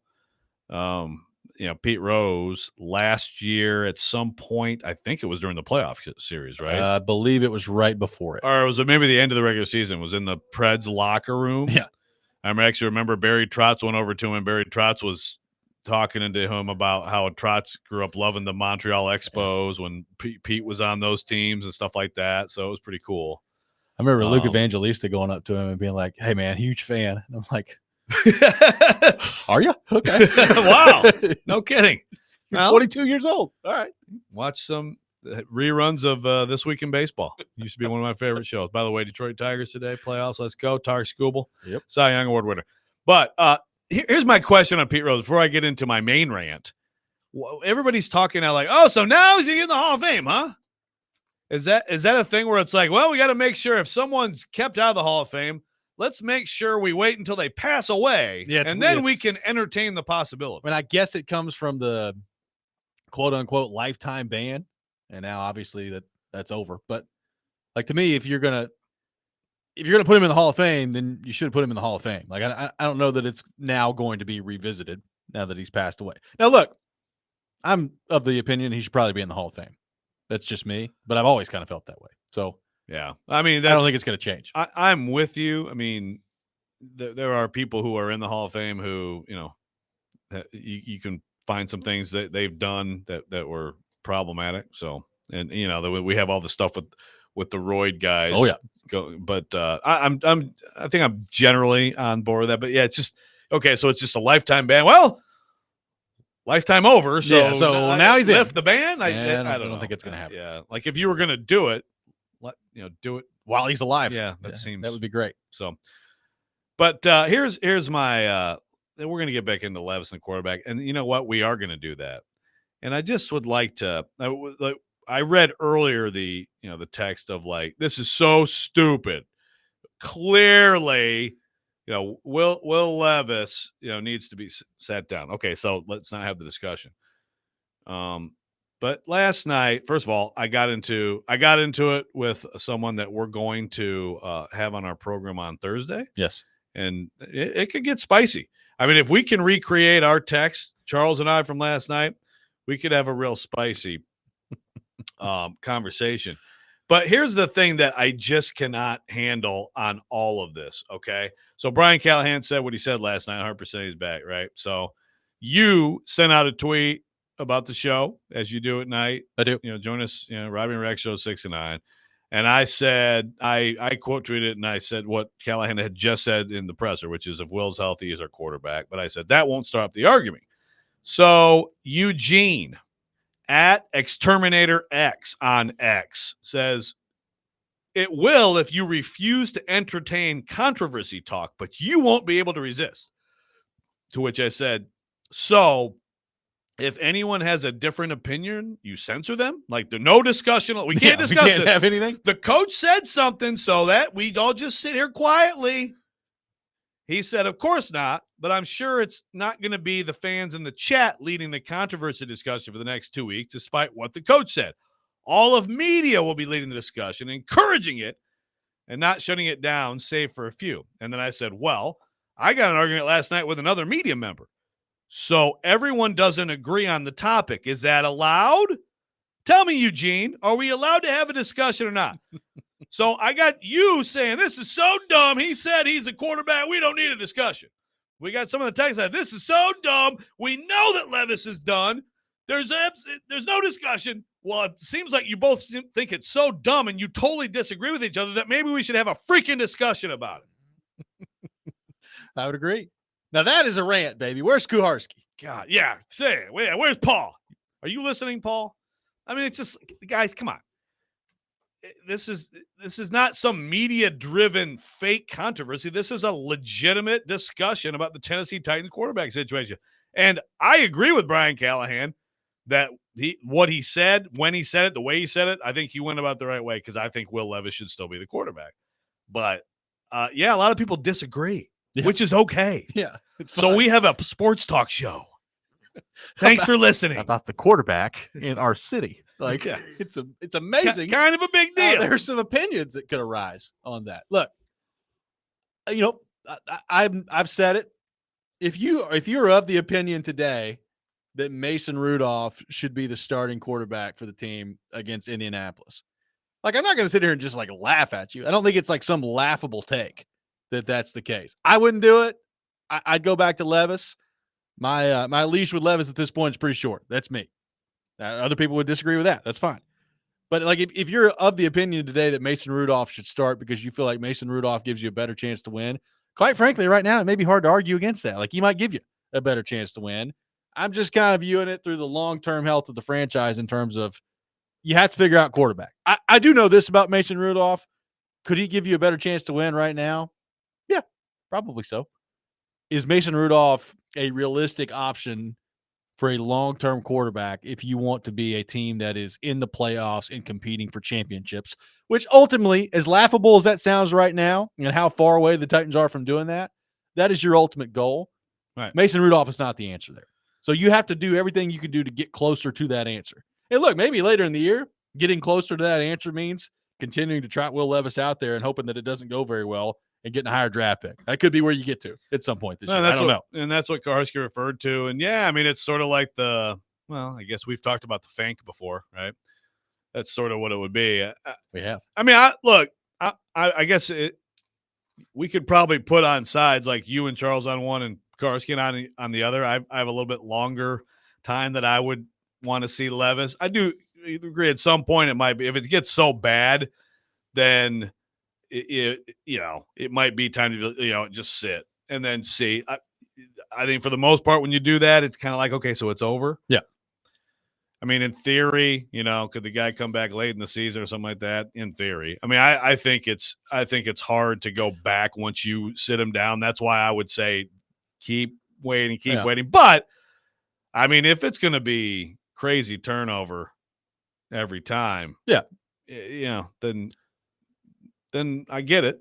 I get the idea of setting him down. Well, quite frankly, if I'm a Titans fan right now, like we've heard a couple of that today of like sit him down and then put him back in later in the year, like when you're either out of it or you feel like he's had enough time to sit and digest and learn. And I just don't want any part of that, because the last thing I want is, if you're a Titans fan, is to go with Rudolph right now, go with him as long as you're in it. Let's say 3 weeks are left in the season and you're mathematically out of it. And you're like, okay, well, we're out. Let's go Will Levis. And Levis does just enough in the 3 weeks to be like, well, there was something there. It wasn't great, but it wasn't horrible. So now we have to go into next year and just say, all right, well, we'll see. Like, I want to, we talked about this heading into the year. Are we going to absolutely know one way or the other that Will Levis is the answer or not at the end of the season? And my answer to that was always probably not completely 100% certain. So he's probably getting year 3. If he plays the way that he's played to this point, the answer to me is 100% certain he is not the quarterback of the future. So I'd like to see him play at this point to see if that changes. I don't want him sitting down and then coming back in. To me, when you make the decision to sit him, that tells me you're done with it at this point. I don't want him sitting now and then coming back with 3 games left in the season and you still kind of being in no man's land in terms of your decision with it at that point. So, and that's the thing. So, I mean, I agree with that. That's why I think, like, if he throws a pick next game and you take him out, that's still fast to me, So, what kind of pick is it? Is it like right away you come right out and throw one? It's like, geez. I mean, at some point, he's probably going to hear it from the home fans too. We're very close to that. And things like that. I mean, look, there's people who they want to win. Well, matter of fact, I'm here to tell you, like if he throws a pick like he did last night, next week against Indianapolis, he will get booed. Like, I have no doubt about it. Yeah. But I still, because I'm with Dennis, who, by the way, apparently his dad went to high school with Pete Rose and took a vicious elbow to the nose from Pete Rose in a pickup hoops game. He said, unless you think the Titans are a Super Bowl contender, there's no reason to start Rudolph. Anytime Rudolph is under center, you're just spinning your wheels. I think I agree to a certain point. Yeah, I mean, if it gets so bad where it's just like, I mean, we haven't even talked today about the locker room thing, which again, to me is like, I get it. And D-Mace has talked a ton about that. And I mean, I totally hear what he's saying. I respect it. I also think when it comes down to it, your employees, and you have to understand that this organization is trying to figure out if it has a franchise quarterback or not. And like, whether you like it or not, like this is not like some state secret. Like everybody knows that that's what this year is. It's not just, by golly, we can win with this team. They did spend money that would give them a chance to win games this year. But like, you have to know that, right? You have to, if you pay any attention at all to the situation, then you know it. And so you have to know that there's going to be a lot. Like, that's why after last night's game, it's just like, 100%. Will Levis the quarterback. Why? It's not based on performance or winning or not turning it over. Right. It's based on that.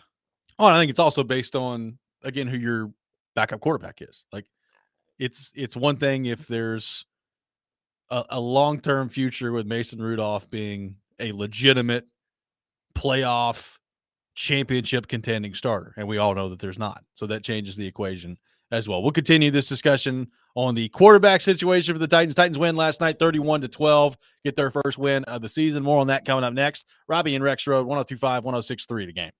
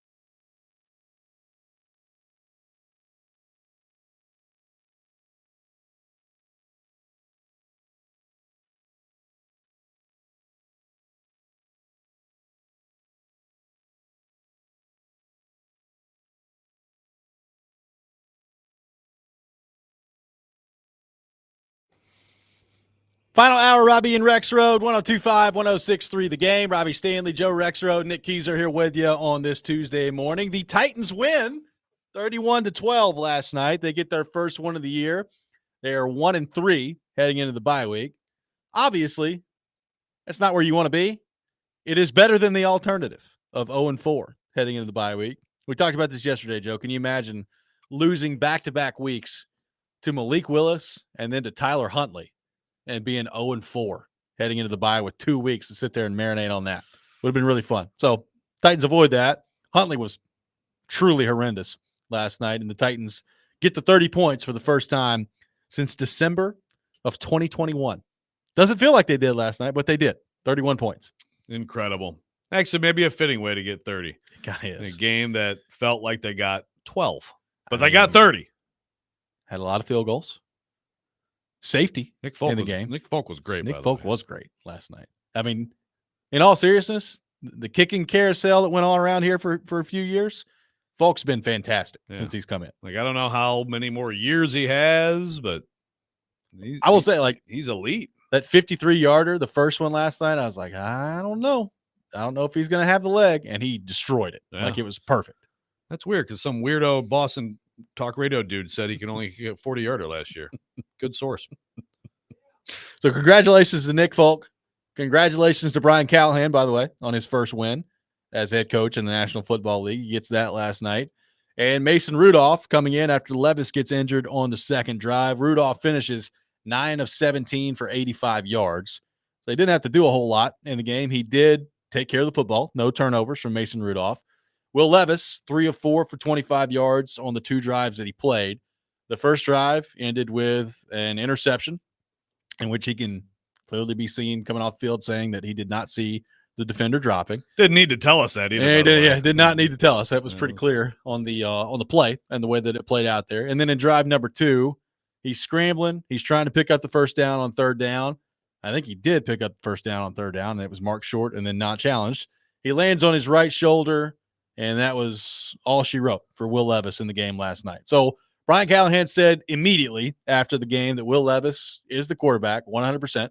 He's the quarterback if he's healthy moving forward. We've had a lot of differing takes on that. This has been one of those days where we usually try to keep up with the text line and respond as much as we can. Been difficult to do that day. We appreciate the participation, but a lot of text rolling in. We've had a lot of thoughts on both sides of it in terms of the Rudolph Levis discussion.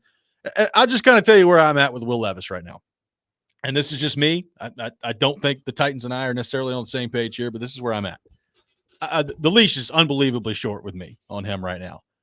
It's not just the lack of production that we've seen from him when they've been in there.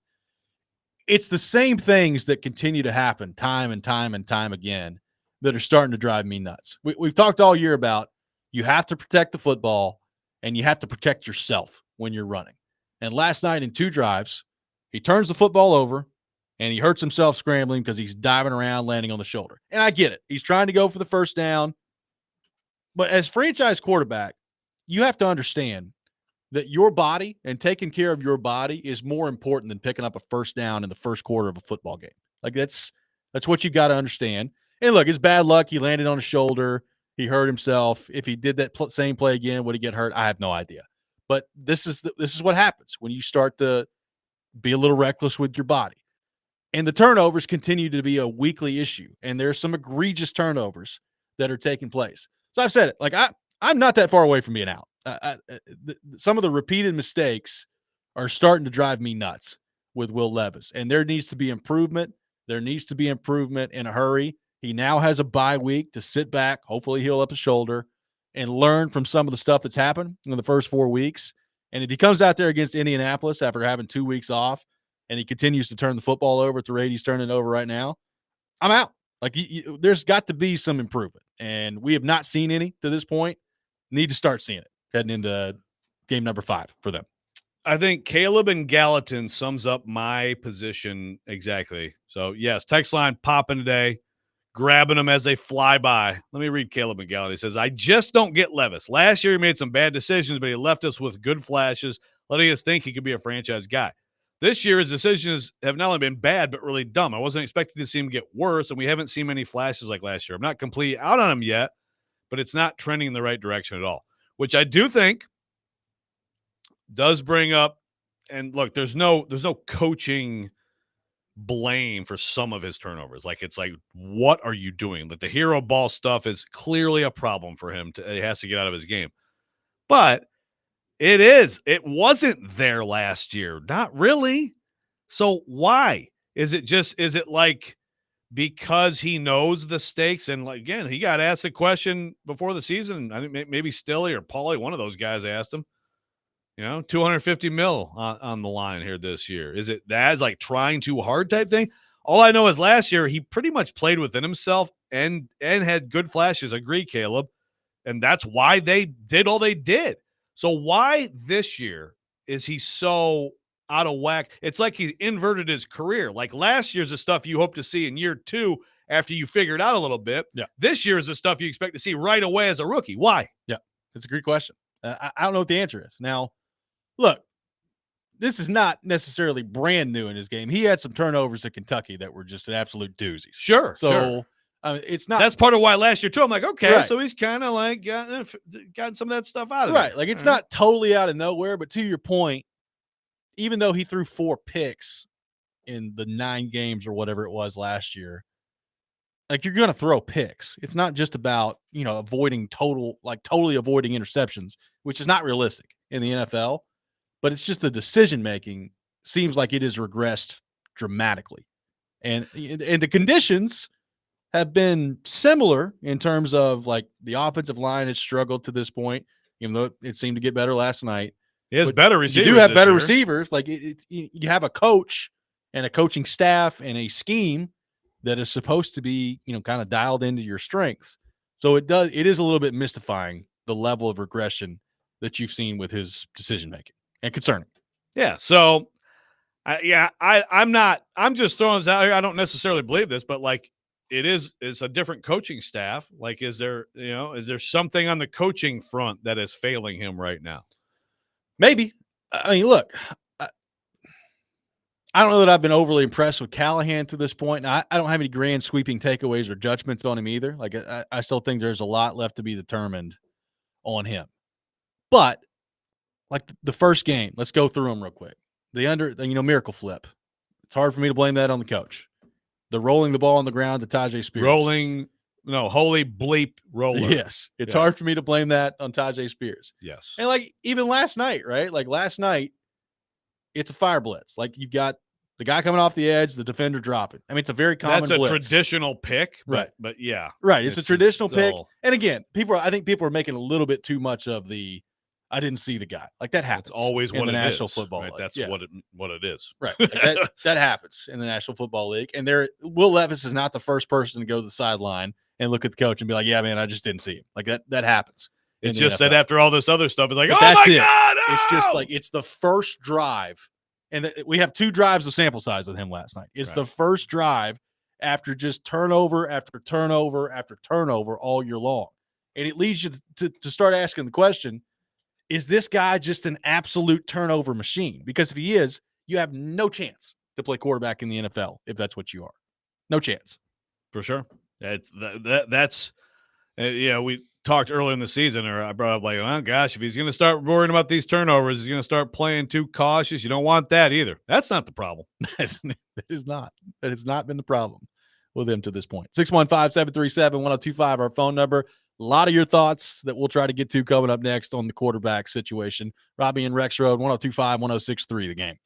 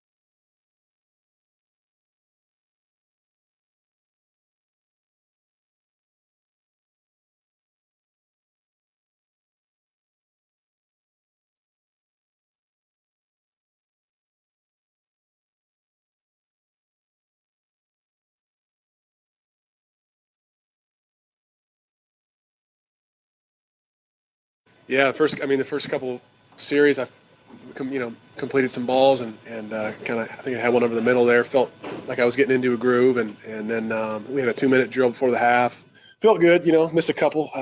Tyler Boyd's still running if I hit him there at the end of the first half on a third down. So that was, that stunk. But I tried to execute the plan as best I can without getting the reps during the week. That's Mason Rudolph after the game last night. Titans win 31-12 against Snoop Huntley and the Miami Dolphins. First win of the year for the Titans. Good for them. I'm trying to think of a joke, more like Snoopy, but that didn't really work.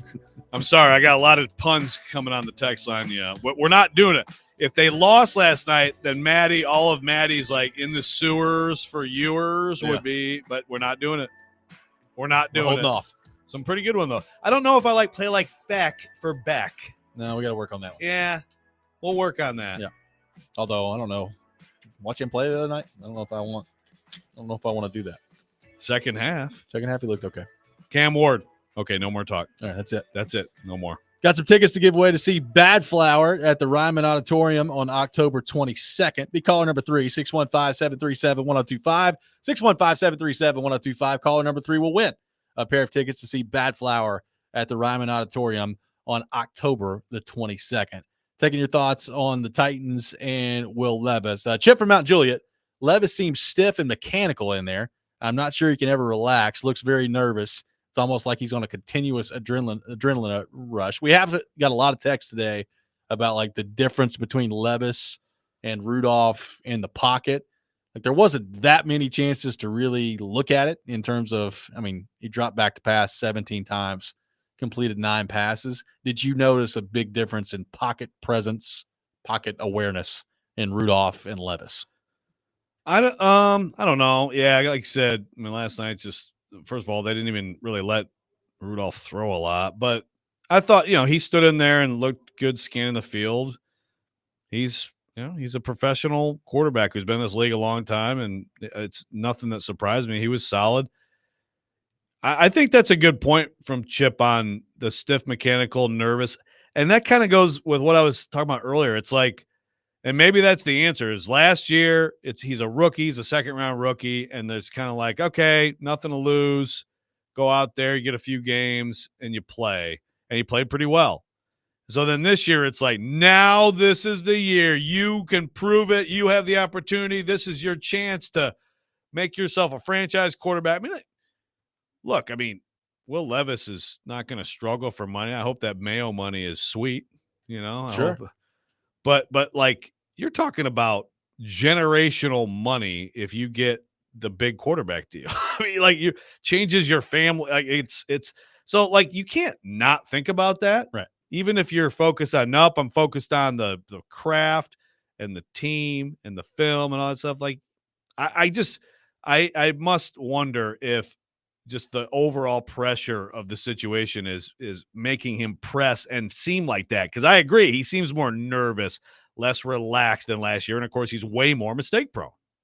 What do you got? What are you laughing about? Well, people have started coming in with nicknames. So there's Canning for Manning for 2 years from now. And David says melting in the lava for Yamaliava. Okay, that's pretty good. I kind of like that. Melting in the lava for Yamaliava. Yeah, the manure for Shador. I don't know. A few people have thrown that out there. I don't know, man. Play like manure for Shador. Brian and Maddie have both thrown that. Yeah, I don't hate it. But yeah, we're not doing that. We're not doing it. We're not doing it. Melting the lava for Ayama Liava is actually pretty good. Pretty freaking great. It's pretty awesome.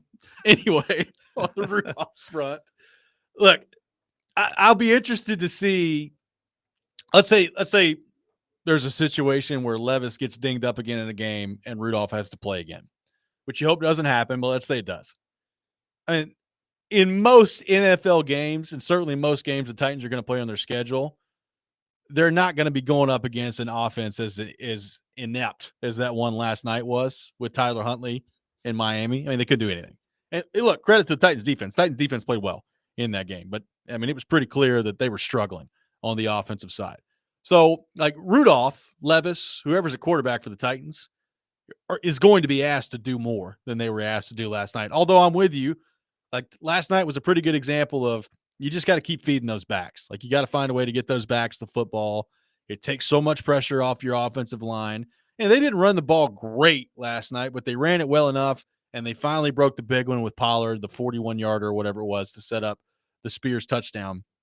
Like your running game has to be a big part of what you do offensively to try to help your quarterback. And they got it in the first half against Chicago. It was okay at times against the Jets. It was non-existent against the Packers. You got to find a way to be a little bit more consistent in the running game if you're the Titans. Having said that, like you're going to be asked to do more than the Titans quarterbacks were asked to do last night. So if it's a full game of Mason Rudolph, like what does that look like against Indianapolis? And Levis, after the bye here, can you actually be productive during this time? Because everybody, Brian Callahan's talked about it. Well, we got to be better. We got to coach him better. We got to sit there and eliminate some of these mistakes. And they keep saying it and saying it and saying it, and yet the same mistakes keep popping up every week. So is this finally the time? And we see this happen sometimes. It was interesting. Brett Kern was on yesterday with Chase and Big Joe, and he talked about like when he joined the Titans, he was with the Broncos. The Titans got destroyed 59-0 by Tom Brady in New England, and he joined the team right after that. It was in the middle of their bye week, and from that point when they were 0-6 on, I think they went 8-2. So the bye week, they clearly figured some stuff out, did some self-scouting, and changed some things up. Like, can you use this time where you're off, if you're the Titans, wisely? And specifically with Levis, like, can you actually learn from this and start to, whatever you're seeing in film, whatever coaching points you have, can you take that from the room to the field? Because he's not been able to do it at this point. And now's the time where you have to see him do that. You have to. Yeah, like there's self-scouting. There's, you can obviously, you have the extra time. Who do the Colts have this week? I believe the Colts play they this have week. Jacksonville, I believe. Okay, so you got a division game. You have so you can do extra. They do Jacksonville. Extra preparation on the Colts defense. By the way, on the road to Jacksonville, which I believe they have not won since 2014 down there. One of the weirdest stats in the league. That's right. Remember that Wentz finale where it's like a foregone conclusion they were gonna win. That was a toughie for the Colts. Sorry, Colts. Sorry, Indy Ben, if you're listening.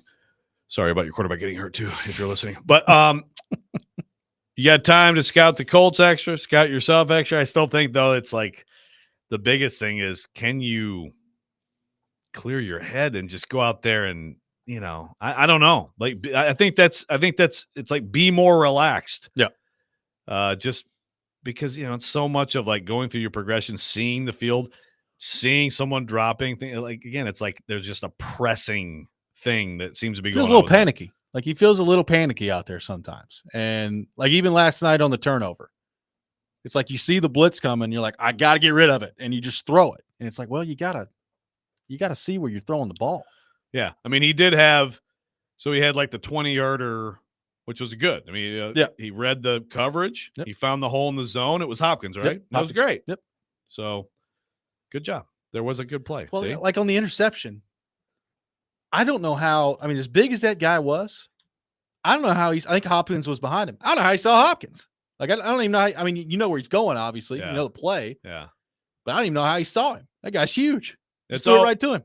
Those plays like that often like look so surprising though when you see, you know what I mean? Yeah. It's like, how did you know? But when you're locked in and it's in your head and you're going there, and if you did not anticipate that particular drop, It's just predetermination of where you're going. Right, exactly. Right. Which can be a problem. Can be and has been. 615-737-1025, our phone number. Chase McCabe, our fearless leader. Stinko for Nico. A lot of possibilities with Nico. I mean, it's not as good as the falling in the lava for Imaliava, but win fewer for viewers is not bad. It's not bad either. A lot of things Stinko you can do. for Nico. It's hard to come up with one for Carson Beck. Like we're gonna have to get pretty creative on that. Like, is there a Carson one you can tie into? I don't know. Play like Drek for Beck. Sure. Is that the leader in the clubhouse right now for that one? I think we can do better than that. 615. We're not doing this. 1025 is our phone number. A lot more of your thoughts to get to. Titans win last night, 31-12. Get to 1-3 before the bye week. Taking your thoughts on that. Taking your thoughts on the quarterback. Is controversy the right word? Is it a controversy? It's a discussion. When the coach says that the quarterback is starting the next game. We are irresponsible media Yes. creating a controversy. Dilemma. No, it's a discussion. All right. Dilemma? Okay. We'll continue the discussion next. Robby and Rexrode, 102.5, 106.3, The Game.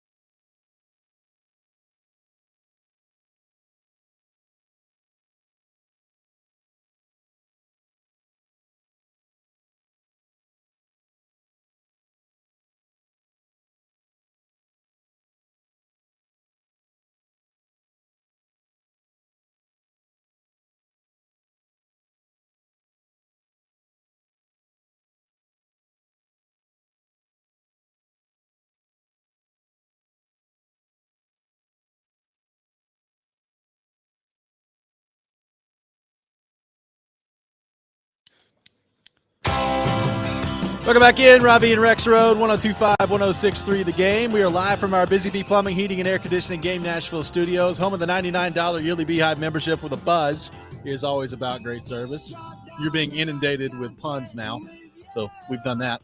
Yeah, my man Kyle Tucker is he listens. I think he drives the kids to school, and so then he was stuck in traffic. So he sent me a bunch of these. I can't read what he had from Milroe. I can't say that.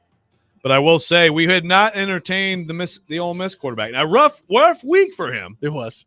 Rough week for him. Yeah. But Kentucky, they blew up the offensive line. I mean, he's a talented guy. I think I might know where this is going. How about Sharp or Dart? Yeah. As Paul Karski said, I'm just getting started here.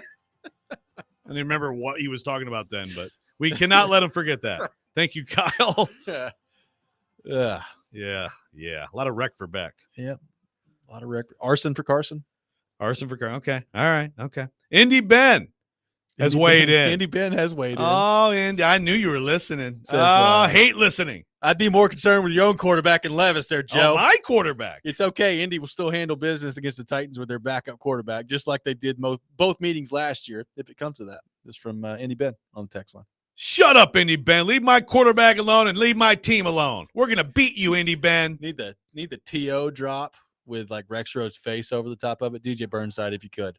With Rexrode, that's my quarterback with Will Levis in there. That's my quarterback, man. At this point, the way the conversation is going, I may be the last person on the island at some point. Hey, Indy Ben, good luck to your team. Good. Win. Richardson doesn't Good sound like win he's over- hurt that over bad, the so Steelers. I think he's going to be probably back in there. Yeah, sounds my like guess. it. Yeah. So we'll see. Richardson Levis. Yeah. I'd rather see Richardson Levis than Flacco Rudolph, let me tell you. I would too. I don't care if they both turn it over 8 times and blow up, spontaneously combust on the field. I would rather see that than Flacco Rudolph. I mean, it was a Titans-Colts game where, the Nissan Stadium, the field was set on fire. That could have a chance to really be applicable in a couple weeks if it's Levis Richardson. You could see some wild turnovers in that game. You could. I'm just saying. And you might see some Might see some incredible big deep throws. throws for touchdowns. Who Might- knows? Might see it. At least it'll be unpredictable. I would, if I had to assign a percentage to it, Joe, and you tell me whether or not I'm crazy. We've had a lot of reaction today. We've done our best to see as much of it as we can. I would say 70% still on the Will Levis. Let's start Will Levis train. 70% is the percentage I'm assigning to it. That probably sounds about right. I think it should be higher than that. But look, I know some people are like, I spend money. I don't care if we win 13-9. I want to win. I don't want to follow a losing team this year. And I feel like Mason Rudolph gives us a better chance to win. If you feel that way, I'm not arguing with you. That's fine. Like, I could certainly make the case that game managing your way through a season or going with the Levis experience, you're going to have more wins. I just don't think you're going to have enough anyway in either case. So 30%, yeah, that might be. That's my rough guesstimate. Just based on the reaction that we've gotten specifically on this program. I think it should be about 90-10. But you may be closer to right than 90-10. Well, look, Levis is going to start. If he's, it's hard for me to believe that like he was just totally unable to go last night. Like if it was a playoff game, would he been back in there? My guess is probably yeah. And I think Callahan's answer to that kind of in the post game press conference kind of alluded to that. Like you didn't want to put him back out there. The bye week's coming up. You got to protect your quarterback moving forward. So I get it. Like I get why they didn't put him back in there. I would assume with a couple of weeks off now, he'll be ready to go by the time the Colts game comes around. I mean, it's kind of a handy situation. Kyle from Shelbyville way earlier in the show was like, I think that he was fine to go back in and they just didn't want him to go back in. I don't think that's it. I mean, he was in pain. He went in the injury tent. Like there's pretty clear evidence that he was in some pain. But it's like if Levis was playing great and they were in that game, the same injury and they were in a game and let's say they were playing like Tua and the Dolphins, would you go back to him despite the pain? Maybe. Right. It turns out to be a little bit of a convenient, okay, you're banged up. Let's not mess with that. Also, you can take a breath and watch Mason and like maybe this will help you some. Right. So like, hey, Will, you see how he's not throwing the ball to the other team? Yeah. Why don't you try to do that? Yeah. And yeah, there is like, again, Rudolph was not great last night by any means. Right. But there's a little difference in, I'd say, calmness and that's fair. Looking at the field that you can learn from a little bit. It's my quarterback. There we go. Nice. Really one of the all-timers. It's really underrated. It doesn't get played enough. Was he talking about Donovan McNabb or Jeff Garcia? He's talking about Romo. Oh, God, that was about Romo. Yeah. So many He's in quarterbacks. Dallas. So many. Oh, okay. Man, I'm totally off. Yeah. I thought he was either in Philly or San Fran for that. All right, never I'm mind. pretty sure it's Romo. Yeah, I think you're right. Like early Right. Romo. Yeah. So that was like before Like Dak took Romo Romo's dating job. Jessica Simpson, Romo. Yeah. Oh, wow. Man, blast from the past. Yeah. Okay. It's a great, regardless, it's a great clip. It is. And I'm glad we were able to get to it on the program today. I'm glad we were too. Yeah, like I don't know. Maybe I am being a little unreasonable on the Levis part of this in terms of my patience level with him. But every now and then, like you catch yourself watching him play, and you want to, I don't have any hair, so it's hard for me to feel this way. But you want to pull your hair out. Like it's that interception last night. I came out of my seat. I'm sitting there in my den just watching the game, and he threw that pick, and I literally came out of my chair and was like, I can't believe that we're doing this again on the first drive. It's like, oh, all right, good start, guys. Immediately with an interception. It's unbelievable. Yeah. Yeah, and it started so well for a couple plays. No, it's just look, the reaction. Yeah, I got texts from a few different people immediately after that. Like, he's just bad. And so I get it. Like, it's just right now at this point, it's rough. It's 3 games and 2 possessions, and it's rough. That said, I've got more runway, in my opinion. If I'm in control, I've got more runway. But I think the Titans share your opinion. Yeah. Again, like me, I fully we are in recognize that lockstep. my position is not the way that the organization feels. Like I'm getting pretty close to being out on the kid. And maybe that's unfair, but that's where I'm at. Like I'm pretty close to being out on the kid. We got to start seeing some improvement. And the question is how much? Like, what's it going to take from where he is now? Forget the preseason expectations. Forget what you thought he was heading into the year. From where he is now, where does he have to get to? But look, I'll be frank with you. I don't think there is a realistic scenario this year where you know that he's the guy at the end of the year. Like, we're already too deep in where it's been this bad. Where I don't think there's a realistic scenario where you get to the end of the season, you're like, yep, that's our franchise quarterback. Is there a scenario where you're not convinced that he's not? Sure. But what does he have to do from now until the end of the year for you to feel good about the way it's going? I will say, and I'm not comparing them at all or anything, but like the Jordan Love thing even was last year too. I know Jordan Love was never close. It wasn't terrible. Yeah. Right. It wasn't terrible. But like at some point around this time last season, you probably, if someone said they're going to give him the huge deal, you'd be like, what? Yeah, for sure. And then at the end of the year, you're like, yeah, please do. Right. So basically the answer is play awesome. Yeah. Well, that's the thing. Like, I'll play awesome for several weeks in a row. He had a 9-week stretch last year where he was the best quarterback in the league. Right. Not anticipating that from Will Levis. Is that realistic? Like, that's why I say realistic. Is that realistic for Will Levis? It's hard for me to get there. So if Will Levis, we have seen him in the NFL play games where I would say, yeah, really, it's 2 games. His first game, and it was just sort of, some of it was just like heave it up there, and Hopkins has a really crafty OPI, and you get a TD, and now he's wide open. Again, the one where he's drifting to the right and throws back left to NWI was an absurd throw. Sure. So have games like that. Have some fourth quarter 2-minute drives like you had in Miami last year. Have some of those. And then also don't turn it over. Well, is that realistic? Again, we've seen 2 games where he was that good, but right now it doesn't feel realistic because of how poorly he's played. Well, we're now 2 games where he's played that well and done that out of 13. Not that all 13 have been the same, because like there has been some middle ground. Like he had some games last year where he wasn't necessarily good, but he wasn't, horrible. There's been a lot of horrible so far this year. So there's been some middle ground, but we're 13 games into his career at this point, and we keep coming back to the same 2 games.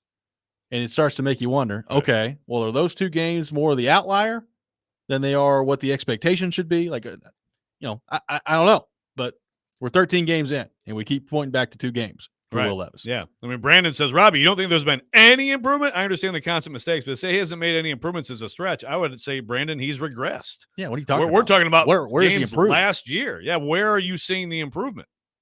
I'm legitimately asking. Like, where do you think the improvement It's is? not showing up on. It's not showing up in the field. I'm sure he's made strides, like in terms of understanding, this offense, defenses, all that stuff. Talking through things before games, he's worked on his footwork, all that stuff. But like, we're not seeing the product right on Sundays. So no. 615-737-1025, our phone number. Your final thoughts on the Titans and the Dolphins from last night, the quarterback situation that the Titans now find themselves in as well. All that coming up next. Robby and Rexrode, 1025, 1063, The Game.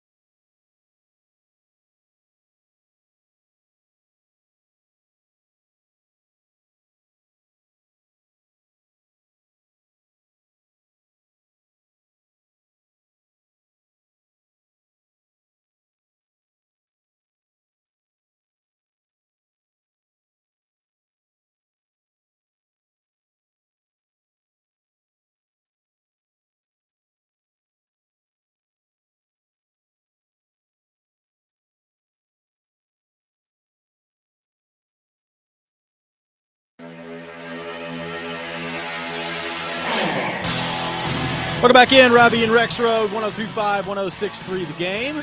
Robby Stanley, Joe Rexrode, Nick Keys are here with you on this Tuesday morning. I do believe congratulations are in order. Congratulations to the Jacksonville Jaguars, who as of this morning, or as of late last night, the only winless team remaining in the National Football League. Way to go, Jacksonville. You got your head coach up there getting surprised by being asked about his job status in year 3 starting 0-4. Pretty interesting from I Doug missed Peterson that. the other day. What? Yeah, he got asked about it after the game. He's like, what do you think about your job status? He's like, it's kind of a strange question. Like, really? You're 0-4 and you're in year 3. It ain't that strange of a question. Yeah. It's the NFL. I mean, by the way, they just paid the quarterback $250 million, so they're certainly not going to blame him. They're going to blame you. So I hope you know that. Yeah. Yeah. I mean, 2 years ago, somehow won the division, somehow won a playoff game. They did do both things. They did. But, yeah, it moves fast, the NFL. Life comes at you fast. Doug. So the Titans not in last place. Separated themselves. Not in last place. Third place. Third place. Got a big game with Indy coming up. Regardless of how it goes with Indy this week, got to be a big game for the Titans coming up at Nissan Stadium. You've guaranteed yourself a big game against the Colts. So that's good to see last night. When's the last time they beat the Colts then? Well, they got swept last year. They beat them, I think, once the year before, didn't they? They split with them in 22. I believe so. Yeah. I have to go back and look. Yeah. So they had a good run. Vrabel, Ray Rob had a little stretch there, of beating the Colts, but got to see if they can get back to that. Ben on the text line, furthering these conversations about the quarterback is exactly what needed to happen. Therefore, last night was a great win for the franchise, and icing on the cake is getting the actual win, which would normally be the cake itself. So I guess the further evaluation of Will Levis that we've had today. Great for the franchise. This is from Ben. Okay. I like it. It's better to win than to not. It is. It is better to win. Unless you're tanking. So does Will Levis does he get credit for the win last night? He does. Look at him. That's his dub, man. Mm. It's not like baseball where you got to go 5 innings. If you have give up 4 runs and only get 1 out in the first, but you scored 5. Yeah. You get the win as the pitcher. So Will Levis is 2-0 against the Dolphins. How about that? He owns the Dolphins. That's kind of incredible. Like, we can't look at that and be like, yeah, I don't know if we need to give Will Levis the win here. Like Mason Rudolph played 97% of the game.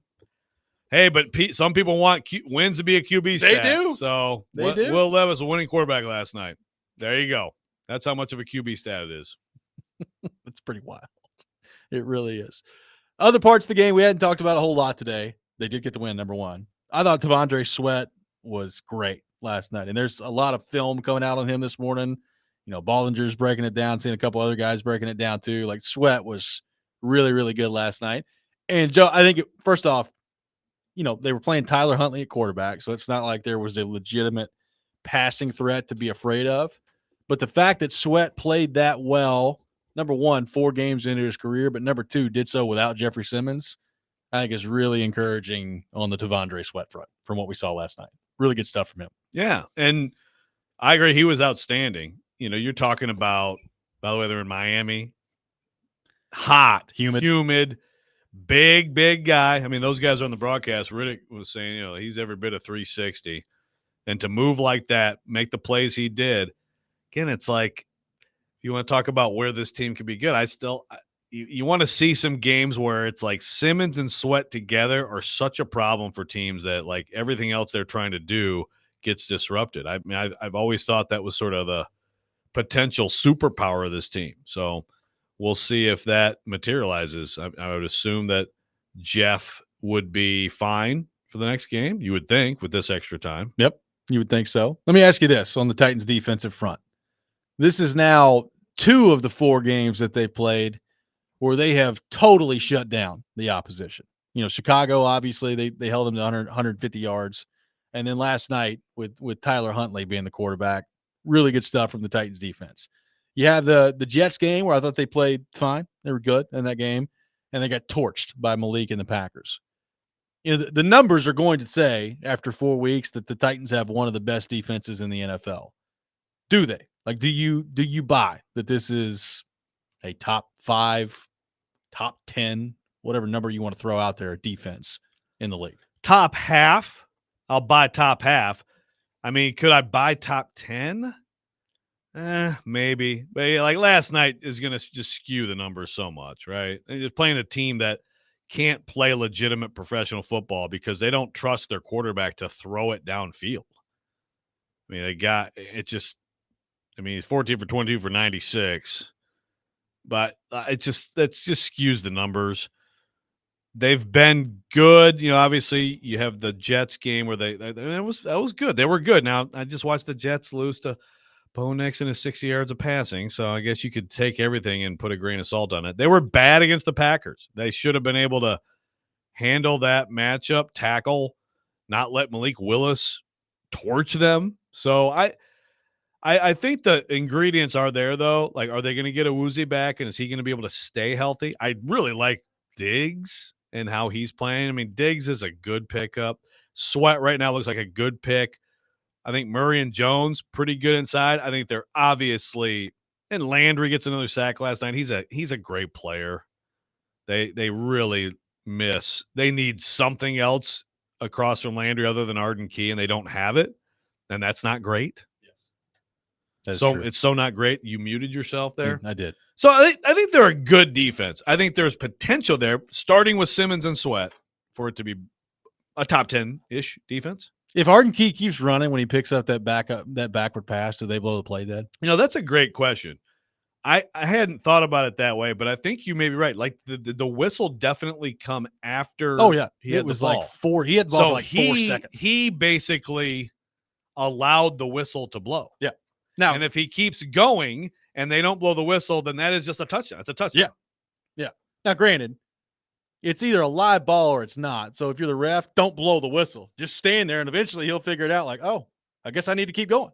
But yeah, like that's what the way he reacted was like there was a whistle. I know I didn't hear one. Yeah. Until after he had the ball. Yeah. That doesn't mean there wasn't one. I did not hear one. So that's a miscue. Also, I don't know. Someone asked, and I didn't hear anybody ask Brian Callahan this, but Levis got the first down on the play that hurt himself, and then they punt on 4th and like a half yard. Like all of that was like first of all, like you have to challenge that. Some people I know spot challenges often don't work. That one would have worked.